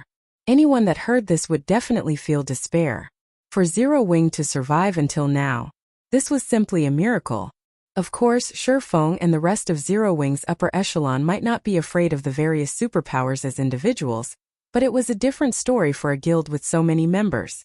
It would be very easy for the various superpowers to attack such a guild. Meanwhile, if a guild lacked manpower, there were many things it couldn't accomplish. One such example was the collection of resources. Just this point alone would be sufficient to make Shi Feng and the others crumble. What more operating guild towns and cities? This is just the situation on the eastern continent. Zero Wing isn't safe on the western continent either. I heard that many of the western continent's superpowers are showing interest in the Starlight Fortress, Yuan Tiexin said, chuckling when he saw the blank expression on Purple Jade's face. You should know by now that Zero Wing has always been walking a tightrope, right? What happens next will depend on what kind of decision Black Flame makes. If Black Flame handles this properly and avoids disaster, with Zero Wing's current foundations, it is definitely possible for the guild to progress further. If it's mishandled, then Zero Wing will be eternally doomed. When Yuan Tiexin stated his last sentence, his voice was filled with confidence. That was because, unlike most people, he knew that mythology was most likely the driving force behind the various superpowers' decision to act against Zero Wing this time. Mythology was a behemoth. It had an unfathomable foundation in both the virtual gaming world and the real world. It was an existence that even the current secret pavilion feared greatly. As Yuan Tiexin and Purple Jade conversed, the sound of hurried footsteps suddenly came from outside the office door. The next moment, a level 114, Tier 3 ranger barged into the office, which made Yuan Tiexin frown in obvious dissatisfaction with this Tier 3 ranger's panicky actions. What's the matter? Why are you in such a rush? Yuan Tiexin questioned in a low tone. It's bad. Elder Yuan, something big happened. The Tier 3 ranger reported hurriedly as he wiped the sweat off his forehead. Just a while ago, our branches sent in news that a large number of NPCs have appeared on the streets of the various cities. So what if NPCs appeared? What's there to be surprised about? Yuan Tiexin reacted nonchalantly. In God's domain, as a town or city developed, the number of NPC residents would increase. This was a normal occurrence. Moreover, players and NPCs practically lived in two completely different worlds. The interactions between the two sides were few and far between. But the numbers are far too massive, the Tier 3 ranger insisted anxiously. How many? Yuan Tiexin asked, his curiosity piqued. Too many. I don't know how many appeared either.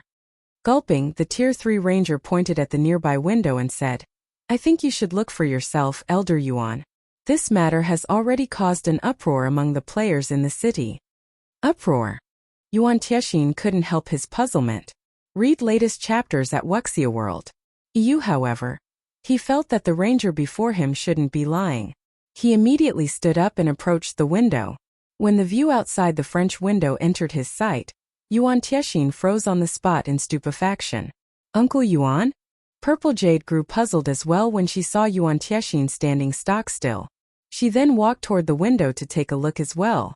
NPCs thronged the main street outside the residence, talking and laughing in groups. Many were adventurers clad in exquisite equipment. Even the lowest leveled among them was level 120, while the strongest one reached level 194. Moreover, these NPC adventurers were Tier 3 on average, with even the weakest one at Tier 2. Aside from these NPC adventurers, there was also a large number of NPC civilians on the street. Purple Jade even saw NPC children running around, playing with pebbles on the street, and even fighting each other with wooden swords. These NPCs accounted for over 80% of the people on the main street.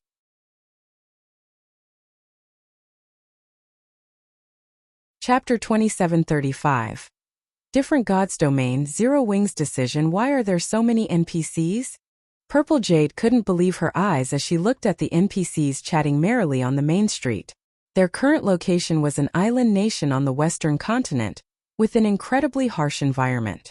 As a result, the player population here was insignificant, let alone the NPC population. If not for the increased trade between the two main continents, which attracted many powers and merchant players to the Typhoon Empire, the number of people walking on the main street wouldn't have exceeded 100. So what was with this situation? With just a casual glance, she already spotted more than 1,000 NPCs, many of them NPC adventurers. Players were only a small group of unremarkable existences. After pondering for some time, Yuan Tiexin turned around and asked the Tier 3 ranger, "Have you investigated the origins of these NPCs yet?" "We've investigated already. However, we don't know where these NPCs came from. The only thing we know is that these NPCs seem to have appeared directly inside the various NPC cities. The Tier 3 Ranger replied, shaking his head. Anxiously, he continued, the appearance of these NPCs has caused a sharp drop in the number of quests available in the Adventurers Association. The number of quests players can pick up is continuously decreasing. Moreover, what else is there? Yuan Tiexin asked curiously. According to reports, many players have been killed after coming into conflict with NPCs outside the cities. However, this still isn't the most important part. In an uneasy tone, the ranger continued, now many NPCs have also flooded into the various guild towns and cities, and some NPCs with bad behavior have caused a lot of incidents. Most importantly, according to our observations, various NPC forces are actually secretly investigating us. How is this possible? Purple Jade goggled in shock. She never thought that there would come a day where the NPCs who only knew how to give quests would secretly investigate them. She got goosebumps at the thought of this. It was as if the dolls they were playing with had suddenly gained life and began secretly observing their every action. At this time, the secret pavilion wasn't the only one shocked by the sudden influx of NPCs in the game. The various powers and players of God's domain were similarly horrified by this situation. What's going on? Why are so many NPCs competing with us for quests? That's nothing. I feel that these NPCs are looking at us players as if they are looking at aliens. Some bars in the city are actually refusing entry to players. You think that's surprising? Wait till you go out to the fields. Right now, the NPCs out in the fields far outnumber us players. Some of these NPCs are even stealing dungeons from us. For a time, independent players had heated discussions over the sudden changes in God's domain. Everyone felt as if they had truly arrived in a different world. Now, in addition to other players, they also had to compete with NPCs. Moreover, these NPCs were even more difficult to deal with than players. Not only were these NPCs powerful, but they also had an overwhelming advantage in numbers over players. The only advantage players had was their inability to die a permanent death. However, as if understanding this point, the NPCs generally didn't forge irreconcilable feuds with players. Most of them would only teach the players that offended them a lesson. Only the Dark Forces NPCs disregarded this matter. Compared to the independent players, though, the various powers were the ones that had a truly big headache. Damn it! Why did all these NPCs come from? Instead of staying in NPC cities, they actually came to make trouble in our guild towns and cities. Many of our businesses can't even operate normally, thanks to them. That's not all. Some NPCs are even robbing our mines and transportation teams. Along with the sudden influx of NPCs, the various powers suddenly found that the difficulty of maintaining the security of guild towns and cities, and completing large-scale transportation quests, had increased drastically. Some superpowers had even tasted getting bullied for the first time since entering God's domain. However, the current players were simply no match for these NPC forces. Even the superpowers had no choice but to abandon many of their development plans and focus on protecting their territories. As for the major powers, they even began abandoning some of their guild towns to concentrate their forces on defending their crucial territories. For a time, the various player forces in God's domain shrank rapidly. Simultaneously, they also began recruiting members desperately to defend against the NPC forces' assault. Silverwing City, Zero Wings residents. Due to the sudden increase in the game's NPC population and the many incidents subsequent to this change, Zero Wings upper echelon had gathered to discuss how to deal with these NPCs. Guild leader. The major powers are frantically recruiting members to consolidate their power. They are also spending a lot of money to hire Tier 3 NPCs from the Adventurers Association to guard their guild towns.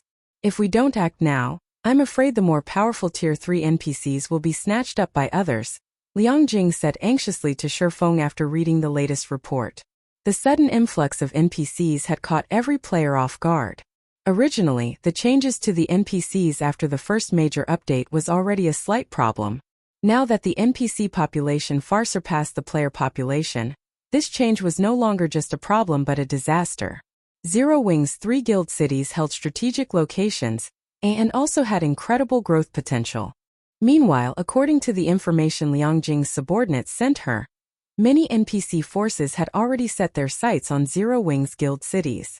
These NPC forces refrained from taking action, only because they were still investigating Zero Wing's strength. However, once they completed their investigation, they would most likely take action immediately. If an NPC force took action, it could create much more trouble than a player force. While the possibility of a frontal confrontation was low, it wasn't exactly impossible.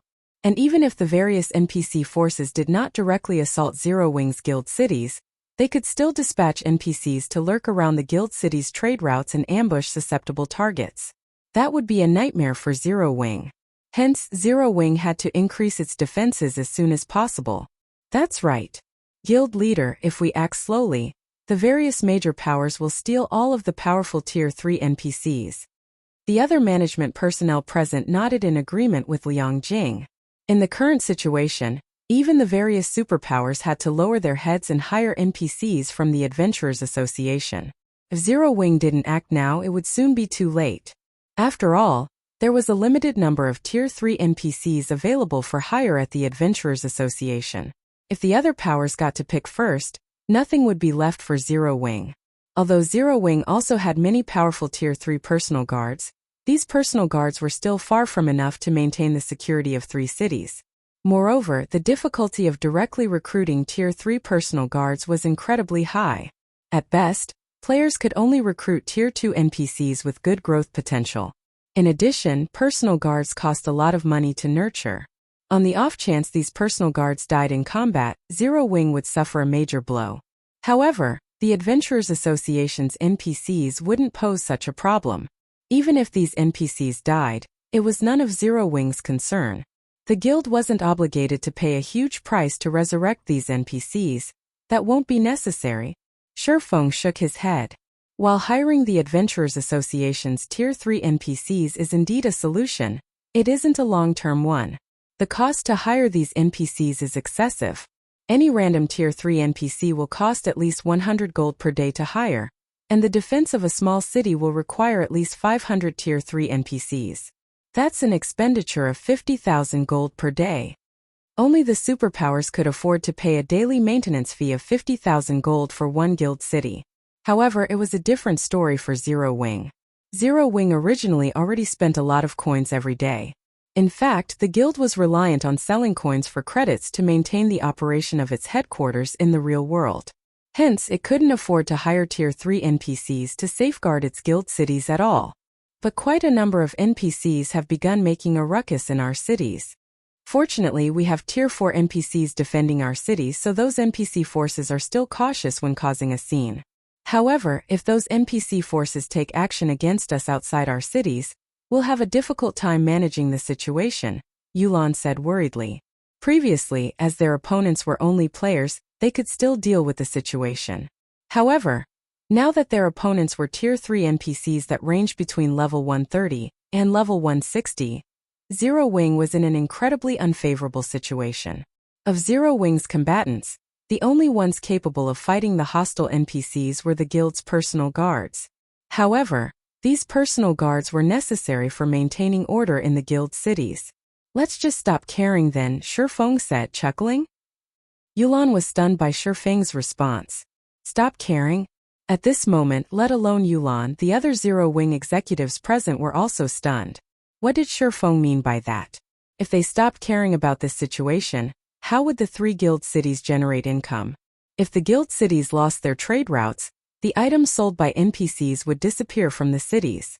If that happened, the cities would lose a significant portion of their attraction for players. Moreover, the taxes collected from NPC merchants made up a large portion of the guild city's income.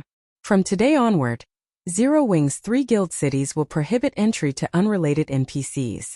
As for NPC merchants, we'll set an exception for them.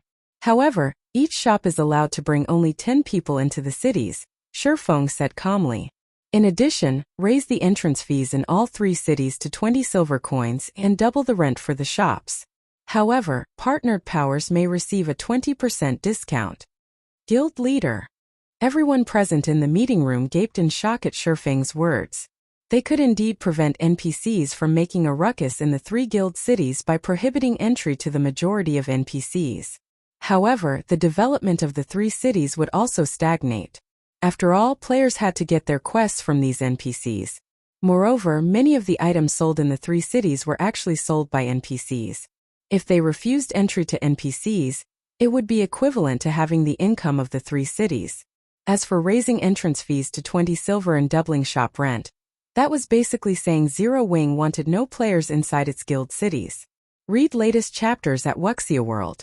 Zero Wing would be digging its own grave if it instituted these measures. Just get it done. I have my reasons, Shi Feng said, not bothering to provide any additional explanations. He then left the meeting room immediately. When the first major update took place in his previous life, the various powers already had plenty of Tier 3 players under their command, with some even having Tier 4 players. However, at present, not only was the NPC population boom much bigger than in the past, but the various powers also barely had any Tier 3 experts under their command. Hence, the damage the various powers would suffer in the ensuing chaos would definitely be much worse than in the past. While Zero Wing indeed possessed great strength and even commanded Tier 4 NPCs, it was still impossible to maintain the 3 guild cities' security with their current manpower. The only solution Zero Wing had now was to take decisive action and thoroughly prohibit NPCs from entering its guild cities. Afterward, he would have Zero Wing's members enter the secret Covenant Tower in full force to raise their levels and strength. Otherwise, once the NPC population increased even further and the NPC forces began their assault, Zero Wing would be in a ton of trouble. Soon afterward, Zero Wing's 3 guild cities announced Shi Feng's decision to the outside world. All 3 cities immediately went into an uproar.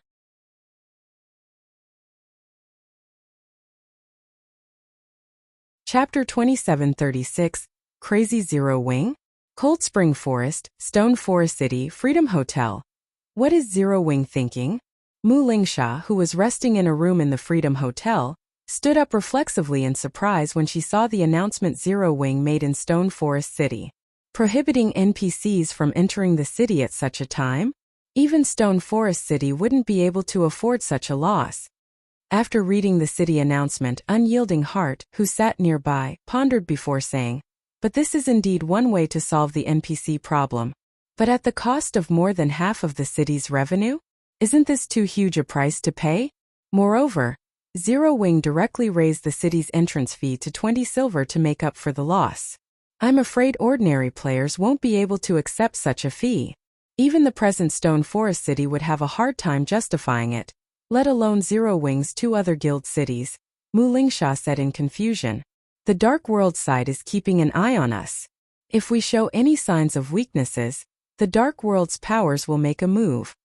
I don't know the exact reason for Zero Wing's decision, but this is undoubtedly good news for our guild, Unyielding Heart said, smiling.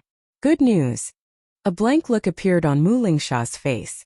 She couldn't understand how this situation was beneficial to Unyielding Soul in any way.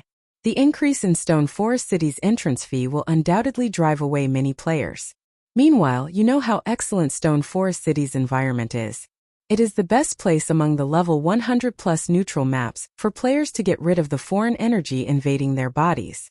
There is also nothing currently available that can compete with the Freedom Hotel, Unyielding Heart explained.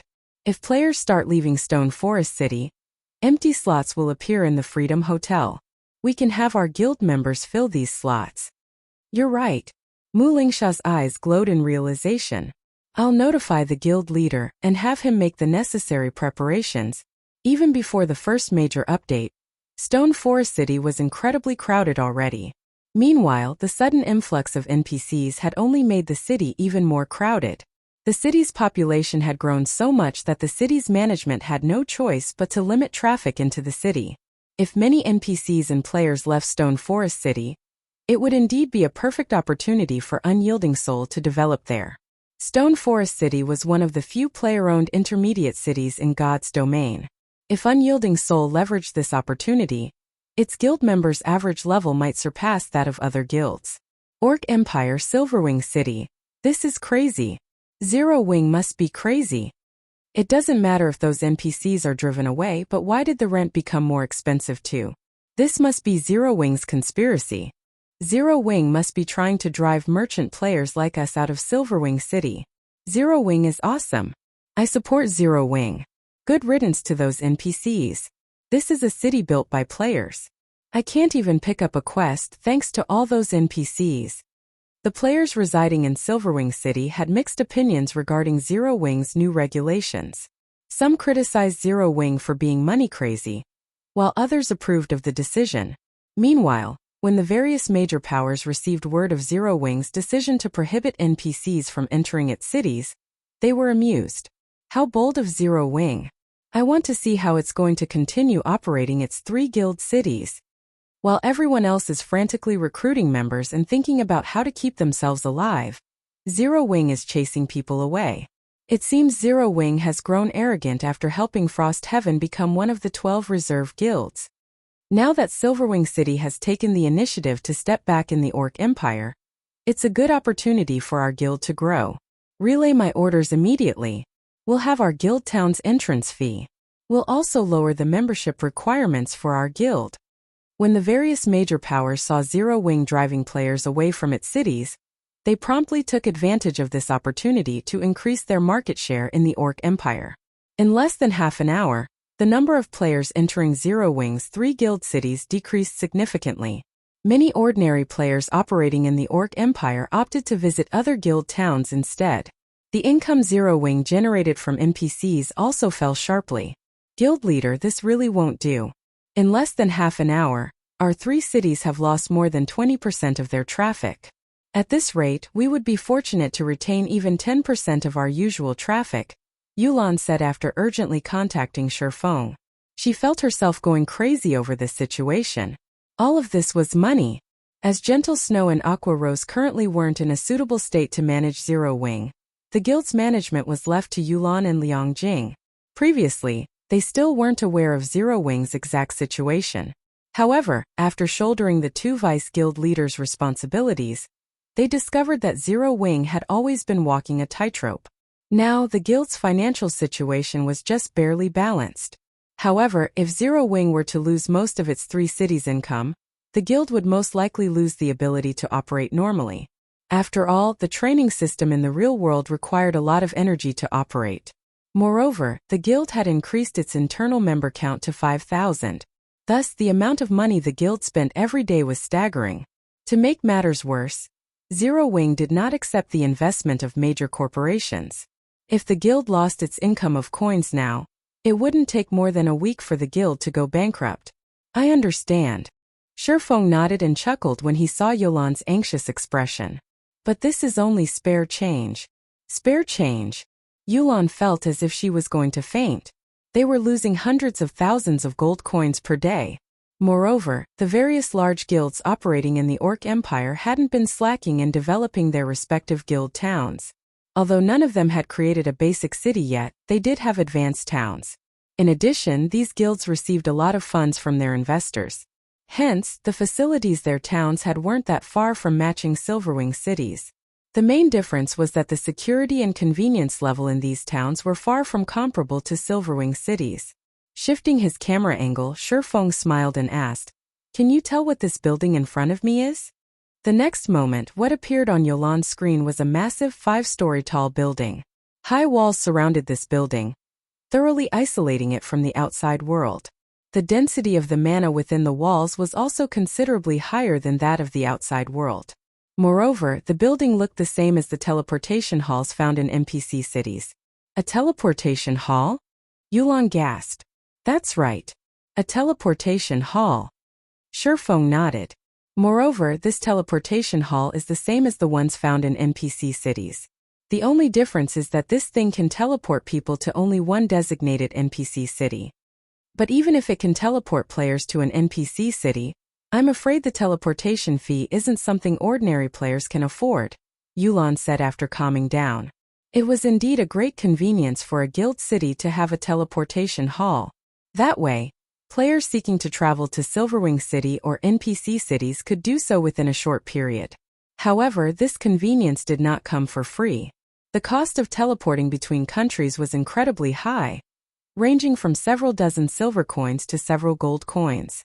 This was the reason most players opted to travel by mount or by airship.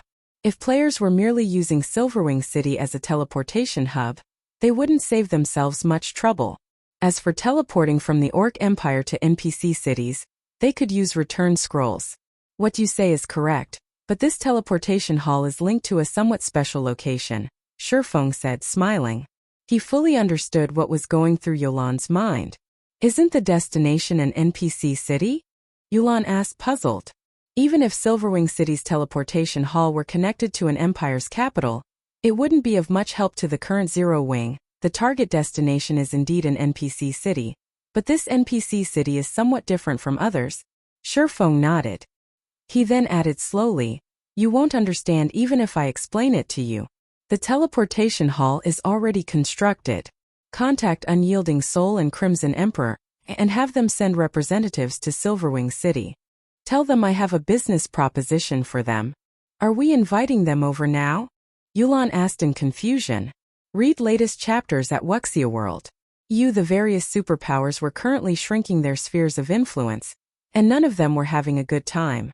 Even if Shi Feng invited Unyielding Soul and Crimson Emperor for a discussion, the two guilds would most likely be incapable of solving Zero Wing's predicament. Yes, right now. I'm afraid this is something Zero Wing will have difficulty monopolizing, so we'll need some helpers, Shi Feng said, nodding. Guild leader, what are we going to do? Yulan couldn't help asking out of curiosity. The Zero Wing of today was no longer the same as before. It already possessed incredible strength. Yet, Shi Feng intended to ask two superpowers for help. This was undoubtedly going to be a huge operation. Moreover, he had even chosen such a precarious time to carry it out. Any mistake could easily lead to huge problems for the guild. Hearing Yulan's question, Shi Feng chuckled and said casually, it's nothing.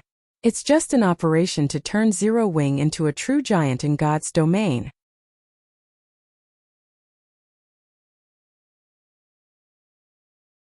Chapter 2737 Wealthy Shi Feng Silverwing City, Southern District. On a sparsely populated street, four players wearing black cloaks walked slowly into an alleyway. They would also occasionally observe their surroundings to guard against being followed.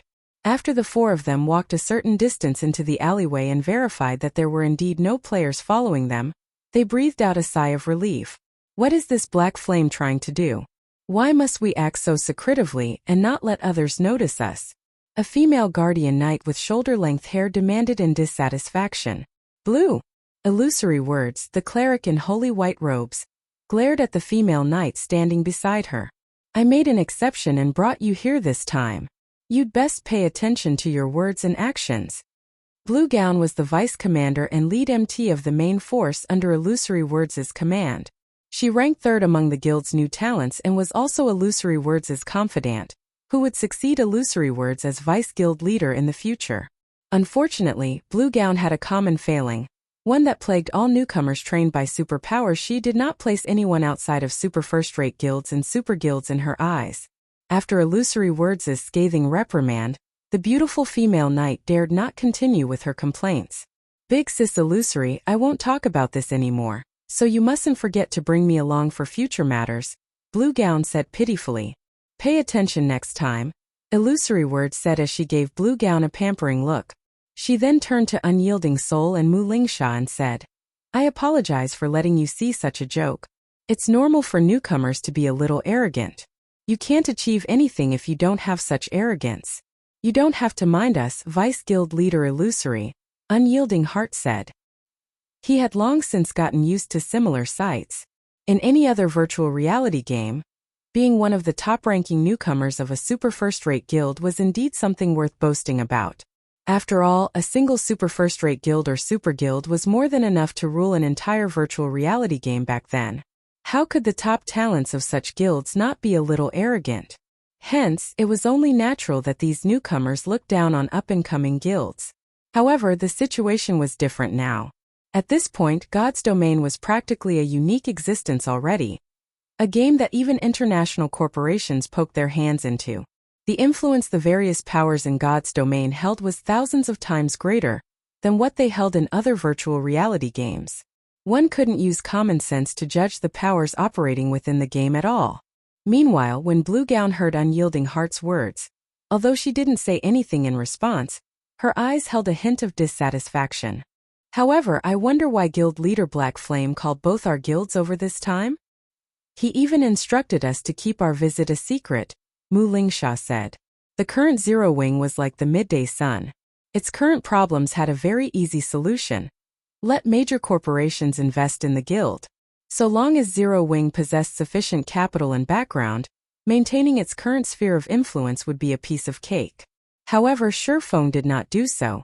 Instead, he had asked their two guilds over to discuss business. Mu Lingsha couldn't help her puzzlement over Shi Feng's solution to Zero Wing's current predicament. I can't even begin to guess guild leader Black Flame's thoughts, but based on his approach this time, I suspect this isn't going to be a simple matter, Illusory Word said, shaking her head. Shi Feng had brought her too many surprises and miracles. Now she wouldn't find it surprising if he created another miracle. After all, Zero Wing had even managed to help Frost Heaven secure the 6th reserve seat. We don't need to guess anymore. Pointing at tall walls some distance ahead, Unyielding Heart said, that should be the place guild leader Black Flame told us about. Let's just head inside and listen to why he called us over. When Illusory Words and the others saw the walls Unyielding Heart indicated, they were a little surprised. They never thought that the depths of this small alley would conceal such a massive structure. Although the walls were only around a dozen meters in height, the area they occupied was significant. The enclosure they formed could easily fit a football stadium. Based on the enclosure's size, the building inside should be at the advanced construction standard at the very minimum, yet nobody had discovered its existence even now. When the group of 4 arrived before the steel gate in one of the tall walls, they were dumbfounded. 4 level 130+ fine gold guards manned the gate. There was even a level 133 Tier 3 Dark Gold ranked Great Mage protecting the gate in secret. The level of security was astonishing. At this stage of the game, if these 5 NPCs worked together, they could annihilate a 1,000-man team of Tier 3 players.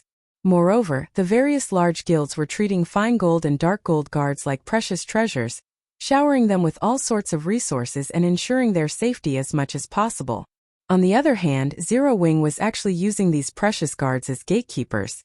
This is private property. What business do you have here? A fine gold guard clad in gray leather armor asked in a hostile tone when he saw Unyielding Heart's group. We were invited by guild leader Black Flame. Unyielding Heart promptly took out the invitation he received from Zero Wing, which had Zero Wing's guild leader's seal to prove its authenticity. The magical mark is correct. The Tier 3 assassin clad in leather armor nodded. He then said, please follow me. Okay. Unyielding Heart's group then followed the Tier 3 assassin through the gate. Upon walking through the entrance, Unyielding Heart and the others gasped automatically. A teleportation hall? How is this possible? Aren't teleportation halls restricted to the national level? Blue Gown couldn't believe her eyes when she saw the 5-story tall teleportation hall before her. She never thought Zero Wing could actually construct this sort of transportation tool in Silverwing City. BRA/BB greater than N/B, or even now, teleportation arrays were incredibly rare items among the superpowers. What more a complete teleportation hall? Teleportation halls might be common in NPC cities, but for guild cities, they were priceless treasures that could skyrocket a guild city into prominence. The world of God's domain was massive. It took a long time for players to travel to level 100+ maps even on flying mounts, and much longer for players without flying mounts. Many powers and adventurer teams would be willing to break the bank if it meant they could teleport directly to somewhere close to level 100+ neutral maps. After all, time represented both money and opportunities for these people. Unlike ordinary players, they couldn't afford to progress at a leisurely pace. So this is why we were required to come here quietly? How astonishing! Unyielding Heart smiled bitterly as he looked at the teleportation hall. This should be one of the privileges given to guilds officially recognized by the War God's Temple, Illusory Words said, a hint of envy in her eyes. With such a privilege, developing a guild city would be a piece of cake. Moreover, Silverwing City possessed an excellent environment and strategic location. That's right. This is indeed one of the privileges of an official guild. A voice suddenly entered the ears of Illusory Words and the others, answering the question in their hearts. Guild leader Black Flame, is this teleportation hall the important matter you wish to discuss? Unyielding Heart asked in slight confusion as he pointed at the teleportation hall. A teleportation hall was a godly development tool. So long as Zero Wing publicized the existence of its teleportation hall, combined with Silverwing City's defenses, Silverwing City would have no problem developing rapidly. Unyielding Soul and Crimson Emperor's participation wouldn't make a difference in the endeavor. In fact, their two guilds would want to ask Zero Wing for help instead. Yes, but that's not all of it. Shi Feng nodded. He then smiled and said, "There's no point in telling you about it now. Follow me." After saying so, Shi Feng promptly made his way inside the teleportation hall. After Unyielding Heart, Mu Lingsha, Illusory Words, and Blue Gown exchanged looks, they followed him. The next moment after the four stepped onto the teleportation array inside the teleportation hall, they found themselves inside the Twin Towers Kingdom Sky Spring City. At this time, however, Sky Spring City didn't have many players. Over 99% of the city's population consisted of NPCs. When these NPCs saw Unyielding Heart's group, they even began eyeing the group curiously, as if they had just encountered some rare creatures. "Let's go. There are too many people here." After glancing at the NPCs observing them, Shi Feng took out a Tier 3 group teleportation scroll from his bag and activated it. Before Unyielding Heart and the others could react, they were already over 10,000 yards outside of Sky Spring City. Afterward, Shi Feng summoned the Thunder Eagle and ferried the group through the air for over half an hour. At the end of their journey, the group arrived at an ancient tower that pierced the clouds. The tower was easily over 1,000 meters tall. The Secret Covenant Tower? Illusory Words instantly recognized the ancient tower. Curious, she asked, "Why are we here?" She knew a little about the Twin Towers Kingdom's Secret Covenant Tower. The Secret Covenant Tower was an excellent leveling ground for players who had yet to reach level 100. And while there was an entrance fee of 1 magic crystal per person, so long as players didn't die, they could grind inside the tower for as long as they wanted. Initially, many large guilds had brought their new members here to increase their levels quickly. Only, after the introduction of several expansion packs, many more leveling spots became available. Since the monsters inside the Secret Covenant Tower didn't drop any good loot, the various powers had opted to power level their new members elsewhere. With mainstream players having long since exceeded level 100, the Secret Covenant Tower was now a thing of the past. "To grow stronger," Shi Feng said, chuckling. "To grow stronger?" Illusory Words was slightly surprised by Shi Feng's words. "But we have long since passed level 100. The current Secret Covenant Tower's limit is no longer level 100, Shi Feng said, shaking his head. Before the major update, the tower's open underground levels were only up to the 18th floor. Back then, the tower was, at best, suitable for players up to level 99.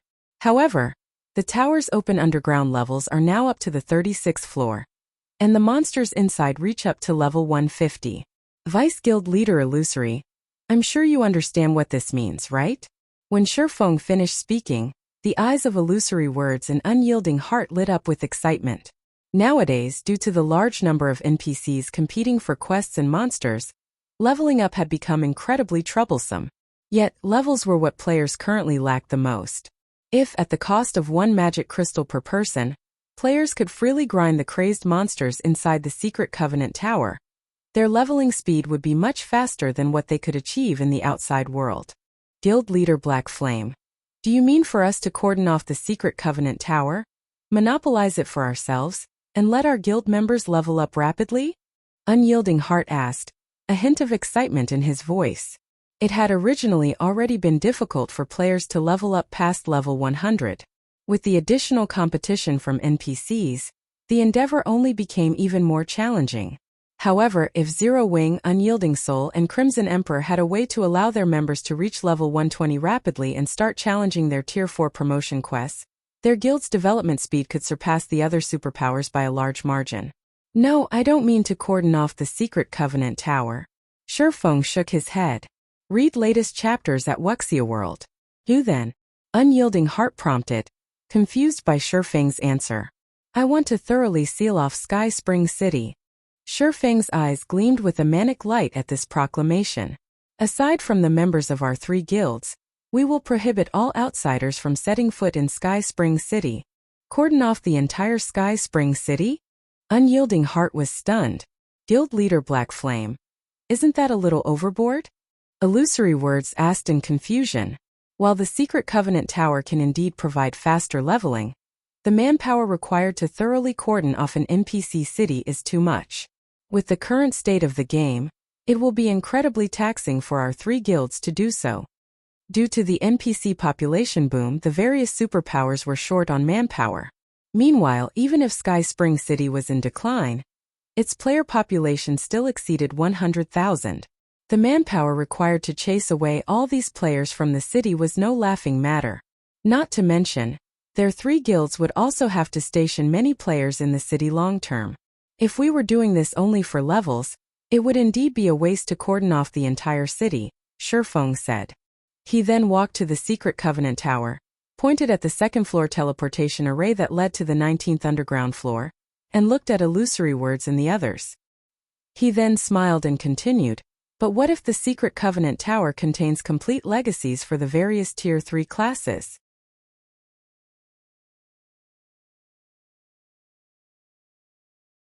Chapter 2738. Tripartite Partnership. Complete legacies for the various Tier 3 classes? Illusory Words, Blue Gown, Unyielding Heart, and Mu Lingsha couldn't help staring at Shi Feng in shock and disbelief.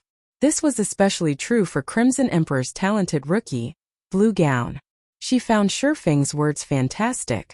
In the current era of God's domain, the various kingdoms and empires already had a lockdown on Tier 3 legacies. They treated Tier 3 legacies as priceless treasures, and outsiders like players shouldn't even think of referring to these legacies. The only option players had for reaching Tier 3 was to search for the lost and fragmented Tier 3 legacies, hidden in level 100+ neutral maps. Yet, Shi Feng was telling them that they could get their hands on complete Tier 3 legacies. How could she possibly believe this? Is what you say true, Guild Leader Black Flame? Illusory Words had to ask. If the Secret Covenant Tower were only good for providing players with a faster leveling speed, it wouldn't have too significant an impact on a superpower like Crimson Emperor. This was because tiers were everything in God's domain. Levels were only secondary. However, the various superpowers were currently already having trouble with the Tier 3 promotion quest, let alone the elusive Tier 4 promotion quest. In fact, the difficulty of the Tier 3 promotion was so high that the various superpowers were using the number of Tier 3 players they had as a comparison of strength. If what Shi Feng said was true, and the Secret Covenant Tower contained complete Tier 3 legacies, then this was an incredibly astonishing matter. If news of this matter leaked out, it would most likely send the entire God's domain into an uproar. After all, despite many players having reached level 100 already, the players that had completed their Tier 3 promotions were still incredibly rare. If one could get a complete Tier 3 class legacy, then completing the promotion quest for the specified class would become significantly easier. This was why NPCs had a much easier time reaching Tier 3 than players.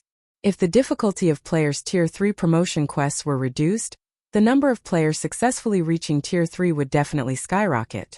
You can personally verify this matter afterward, Shi Feng said, chuckling. However, we must first decide whether we will cooperate or not. Unyielding Soul will do it. Unyielding Heart said without hesitation. Crimson Emperor naturally won't miss this opportunity, either, Illusory Words said, nodding.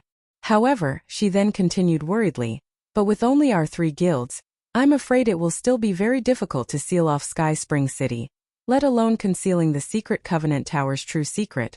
Cordoning off an NPC city was a challenging endeavor, as players could freely teleport into NPC cities.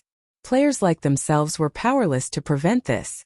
At most, they could keep players inside the city from leaving through the main gate, and kill anyone that insisted on doing so. However, aside from the main gate, players had other means to exit an NPC city. One example would be a teleportation scroll like what Shi Feng used. The second problem was the matter of the Secret Covenant Tower containing complete Tier 3 legacies. If Unyielding Soul and Crimson Emperor dispatched a lot of manpower to hunt for legacies, the superpower spies planted in their 2 guilds would very quickly find out about the secret. At that time, cordoning off Sky Spring City would become even more of a challenge. In fact, it might even become impossible. Tip: you can rest assured on this point. Since you agree to cooperate, what follows next is simple, Shi Feng said, chuckling. He then took out a pale gold token and explained, This is Sky Spring City's guild token. Zero Wing has already garrisoned Sky Spring City and gained a portion of the city's management rights. A portion of the city's management rights? Illusory Words' eyes widened in shock as she looked at the guild token. NPCs manage the NPC cities of the various kingdoms and empires. Hence, any guild that successfully acquired even a small portion of an NPC city's management rights would have a solid hold over the city. Other guilds would have no way of wresting control over the city away from the ruling guild. In other words, Sky Spring City was already Zero Wing's possession. So this is the privilege an official guild receives from garrisoning a city? Unyielding Heart looked at the token in Shi Feng's hand with envy. He had to admit that this privilege was truly amazing. With this privilege, it was only a matter of time before Zero Wing surpassed its rival guilds. While a guild city indeed possessed excellent development potential, NPC cities still dominated the current god's domain. Travel between NPC cities was incredibly convenient. Moreover, NPC cities all had shops and auction houses that sold the essentials that the various powers and independent players couldn't do without. Thoroughly occupying an NPC city meant acquiring a gold mine with a steady income, and no need to manage the city to obtain such significant income. This was something the various superpowers dreamed of having. That's right. This is a privilege for guilds officially recognized by the War God's Temple, Shi Feng said, not bothering to hide the truth. With this token, I can enact a magic ban over Sky Spring City, preventing the use of any teleportation tools within it. This way, players can only walk if they wish to exit the city. In addition, for the sake of keeping the Secret Covenant Tower's Tier 3 legacies a secret, our 3 guilds should rely on only our main force members to hunt for the legacies. To begin with, it's pointless to have a large number of players hunt for them. Ordinary Tier 3 teams can't even survive on the lower floors, let alone search for the complete legacies. Of course, it's impossible to keep this secret forever. However, at this stage of the game, I wish to keep it hidden as long as possible. Illusory Words and Unyielding Heart nodded in agreement. They too felt that this was the only way they could go about doing things. So long as their guilds acquired complete Tier 3 legacies, they would already have a significant lead over the other superpowers. And the longer they could keep this secret hidden, the greater the benefits they could reap from it. Let's sign a contract then, Shi Feng said as he pulled out 2 guild contracts. Initially, Shi Feng had wanted to invite the Secret Pavilion as well. However, the Secret Pavilion was a business-oriented guild and always held itself detached from the struggles between guilds. If the Secret Pavilion suddenly cordoned off an entire NPC city, it would create a huge commotion. In other words, it would seem quite abnormal. Hence, Unyielding Soul and Crimson Emperor were much more suitable for this partnership. After all, the 2 guilds were currently in a weakened position. Cordoning off an entire NPC city for the sake of acquiring more resources would be very normal for them. Even if the other superpowers found out that the 2 guilds' objective was the Secret Covenant Tower, the superpowers would, at most, think that the tower provided players with faster leveling. As for permanently cordoning off Sky Spring City, Shi Feng had never intended to do that. Zero Wing was in dire need of funds. Cordoning off Sky Spring City to allow the guild to gain some advantages might be fine in the short term, but sealing off the city forever would be unprofitable. Fortunately, although it would be impossible to earn money off other players and powers while Sky Spring City was cordoned off, the income from Unyielding Soul and Crimson Emperor would still be considerable. After all, both Unyielding Soul and Crimson Emperor had guild residences in Silverwing City. Compared to teleporting to Sky Spring City from the NPC cities of other kingdoms and empires, which would cost a minimum of 4 gold, it only cost a little over 1 gold per person to teleport from Silverwing City. Meanwhile, Zero Wing would get half of the profits generated by Silverwing City's teleportation hall. At that time, Zero Wing would earn a bunch in teleportation fees and entrance fees from Unyielding Soul and Crimson Emperor. After all, the 2 guilds would be sending a lot of players to the Secret Covenant Tower to level up. This income would easily offset the loss Zero Wing suffered from barring NPCs from its guild cities. Nevertheless, raking in money from the 2 guilds wasn't a long-term plan, as both guilds had limited players and coins. Afterward, Illusory Words and Unyielding Heart signed a guild contract with Shi Feng on behalf of their respective guilds. The terms of the contract were simple. Unyielding Soul and Crimson Emperor would help with cordoning off Sky Spring City from the outside. And aside from their main force members, the two guilds' other members were prohibited from visiting the Secret Covenant Tower's 30th underground floor and beyond until the tower's secret had been discovered. Unyielding Soul and Crimson Emperor would also share the magic crystal cost of maintaining Sky Spring City's magic ban. This condition was incredibly disadvantageous for the two guilds. They were basically contributing both manpower and resources. However, Unyielding Heart and Illusory Words did not voice any opinions about this condition. After all, Shi Feng had given their two guilds an opportunity to surpass the other superpowers. Moreover, Zero Wing could still partner with other superpowers. On the other hand, their two guilds had only Zero Wing. After the three signed a contract with each other, Illusory Words and the others promptly returned to their respective guilds to brief their guild executives. At the same time, they also began making the necessary preparations to cordon off Sky Spring City and send personnel into the Secret Covenant Tower.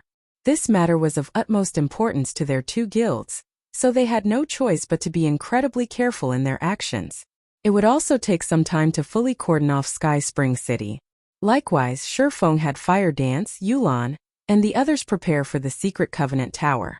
After seeing that there was nothing left for him to do, he chose to go offline to rest. Although staying logged into the game for more than 24 hours wouldn't cause him any harm, he still had to do his daily exercises. Zero Wing's headquarters, top floor lounge.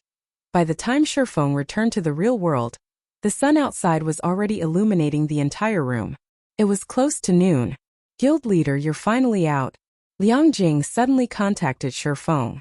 In a slightly joyful tone, she said, Miss Mushin has been waiting in the reception room for quite some time now. She says she's here to deliver all the things agreed upon previously. Moreover, she is also going to give Zero Wing a 300 million capital injection at no cost. 300 million credits. Read latest chapters at Wuxia World. With this much money, Zero Wing could survive for quite some time even without selling coins for credits. She sure came quickly. Shi Feng was startled by the speed. He had anticipated having to wait for a few days. After all, the remuneration Frost Heaven promised Zero Wing was significant. The 3 upper zone reserve slots aside, just the 50 bottles of S-rank nutrient fluid should take Frost Heaven quite some time to gather. Do you want to meet her now? Liang Jing asked. Of course. Shi Feng nodded. Let me clean up first. I'll head over as soon as I'm done.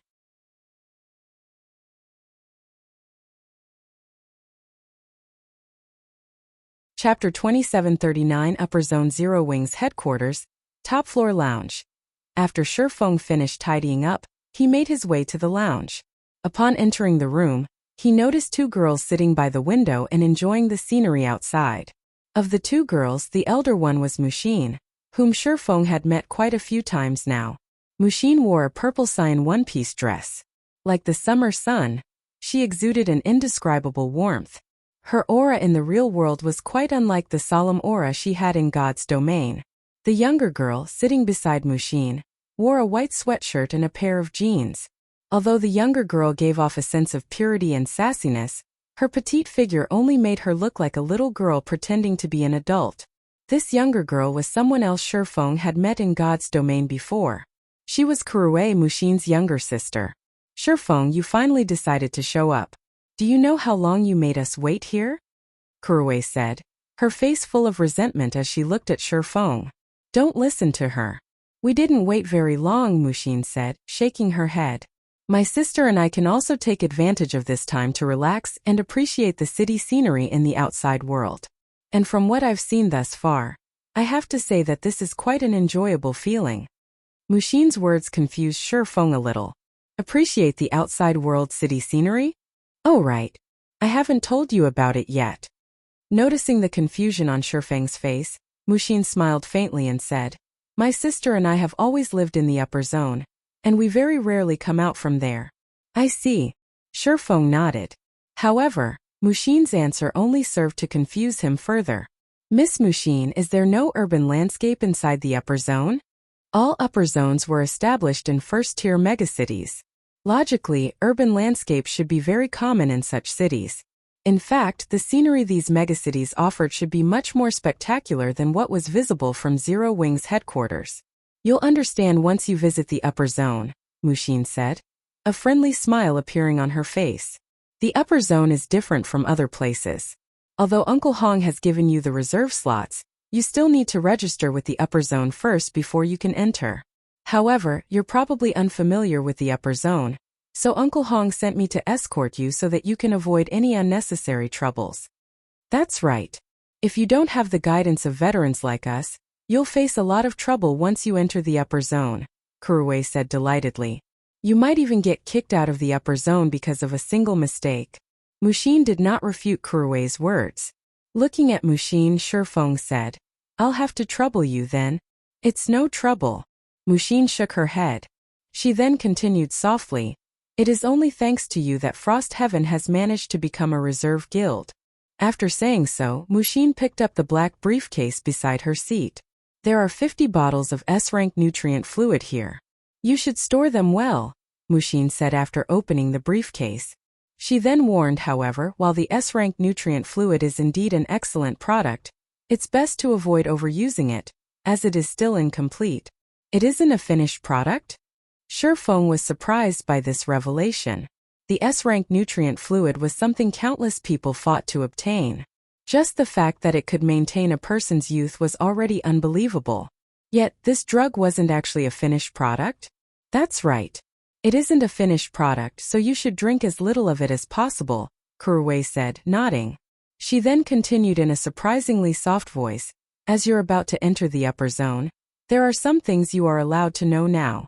The S-rank nutrient fluid is only a defective product.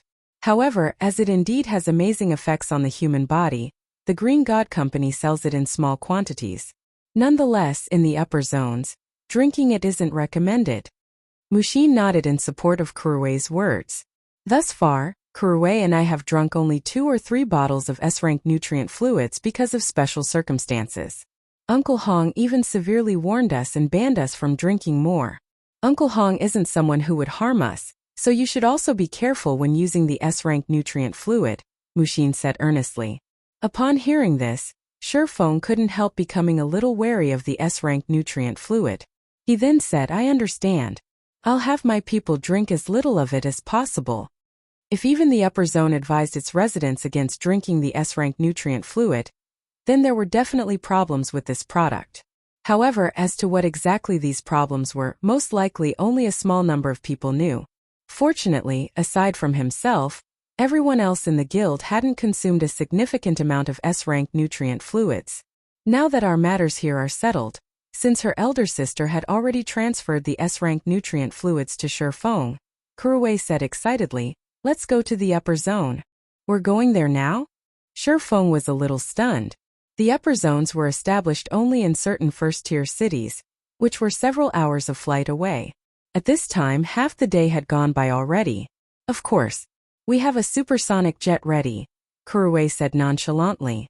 If we miss today's opportunity, it'll be very troublesome to schedule another appointment. Kuruwei is right. Although Uncle Hong has given you the status required to enter the upper zone, entering it isn't easy. Since our matters here have been concluded, we should head over immediately, Mushin said in agreement. Okay. I'll make some arrangements here and go with you afterward, Shi Feng said without much hesitation. After all, he too wanted to visit the upper zone.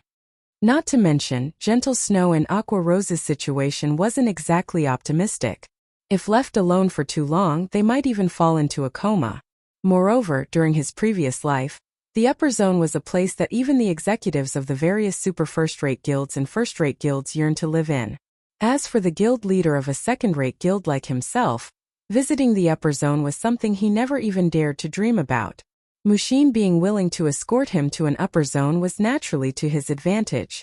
After Shi Feng passed on his guild affairs to Liangjing, he went to the airport with Mushin and Kuruwei. During their journey, Shi Feng had to admit that the Boulder Corporation was indeed wealthy and influential. With the corporation's private supersonic jet, a trip that should have originally taken several hours on an ordinary airplane was completed in just 1 hour. At the end of the flight, the trio found themselves in Yuantian City, one of only 3 first-tier megacities within the country to house an upper zone. While crossing the city districts on a high-class maglev train, Shi Feng couldn't help lamenting ruefully. As a megacity with a population of more than 100 million, Yuantian City far outstripped other cities in terms of prosperity. It was also one of the cities Shi Feng had always wished to develop Zero Wing in, as it had many important resources rarely found in the outside world. In fact, almost all super first-rate guilds and super guilds operating in the virtual gaming industry had their headquarters in cities hosting an upper zone. This was because the upper zones would occasionally release some of its resources to the outside world. The various corporations based in the megacities hosting the upper zones would quickly divide these resources among themselves, and very rarely would any of these resources leave the city limits. It wasn't an exaggeration to say that only corporations that had set roots in an upper zone city could be considered a truly top-tier corporation. The road before Zero Wing was still very long. Meanwhile, after traveling inside the city for close to an hour and passing through many tunnels, Mushin parked the car in a vast area surrounded by steel walls. She then pointed at a huge door nearby and said, "We're here." After saying so, Mushin got out of the car and led Shi Feng to the huge door. B/B, the upper zone is beyond this thing? Shi Feng was amazed as he took in the 50-meter-tall stone door and the energy walls that enveloped the space above the enclosure. In his previous life, he had only ever heard about the upper zone, and the information hadn't been much. Now that he was looking at one himself, he could only describe the upper zone as a titanic building made entirely of steel. "Let's go in," Kuruwei said to Shi Feng. As she pointed at the passageway underneath the huge door and a line of several dozen people entering it, she beamed at him and continued, "However, you have to be careful once you enter. Read latest chapters at Wuxia World." Is there something special about it?" Shi Feng asked, confused. "You'll understand once you go in," Kuruwei said, her smile growing even brighter when she saw the confusion on Shi Feng's face. "However, you'd best be mentally prepared.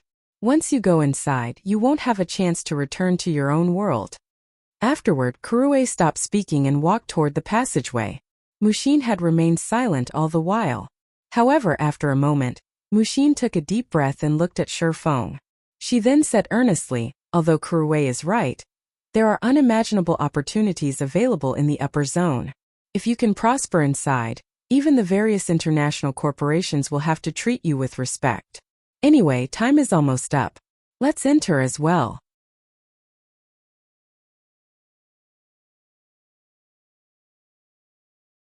Chapter 2740 Mental Path. Shi Feng also deeply agreed with Mushin's reminder. In fact, he had a much better understanding than Mushin and Kuruwei did of how special and different the upper zone was, compared to the outside world. In his previous life, aside from the various powers of God's domain, any expert that successfully reached Tier 5 would, for some reason, yearn to enter the upper zone. Their yearning could even be described as fanaticism. That kind of fanaticism wasn't something Mushin and Kuruwei could understand. Back then, those people were truly willing to risk their lives to enter the upper zone. Extending one's lifespan by living in the upper zone was indeed a very tempting matter.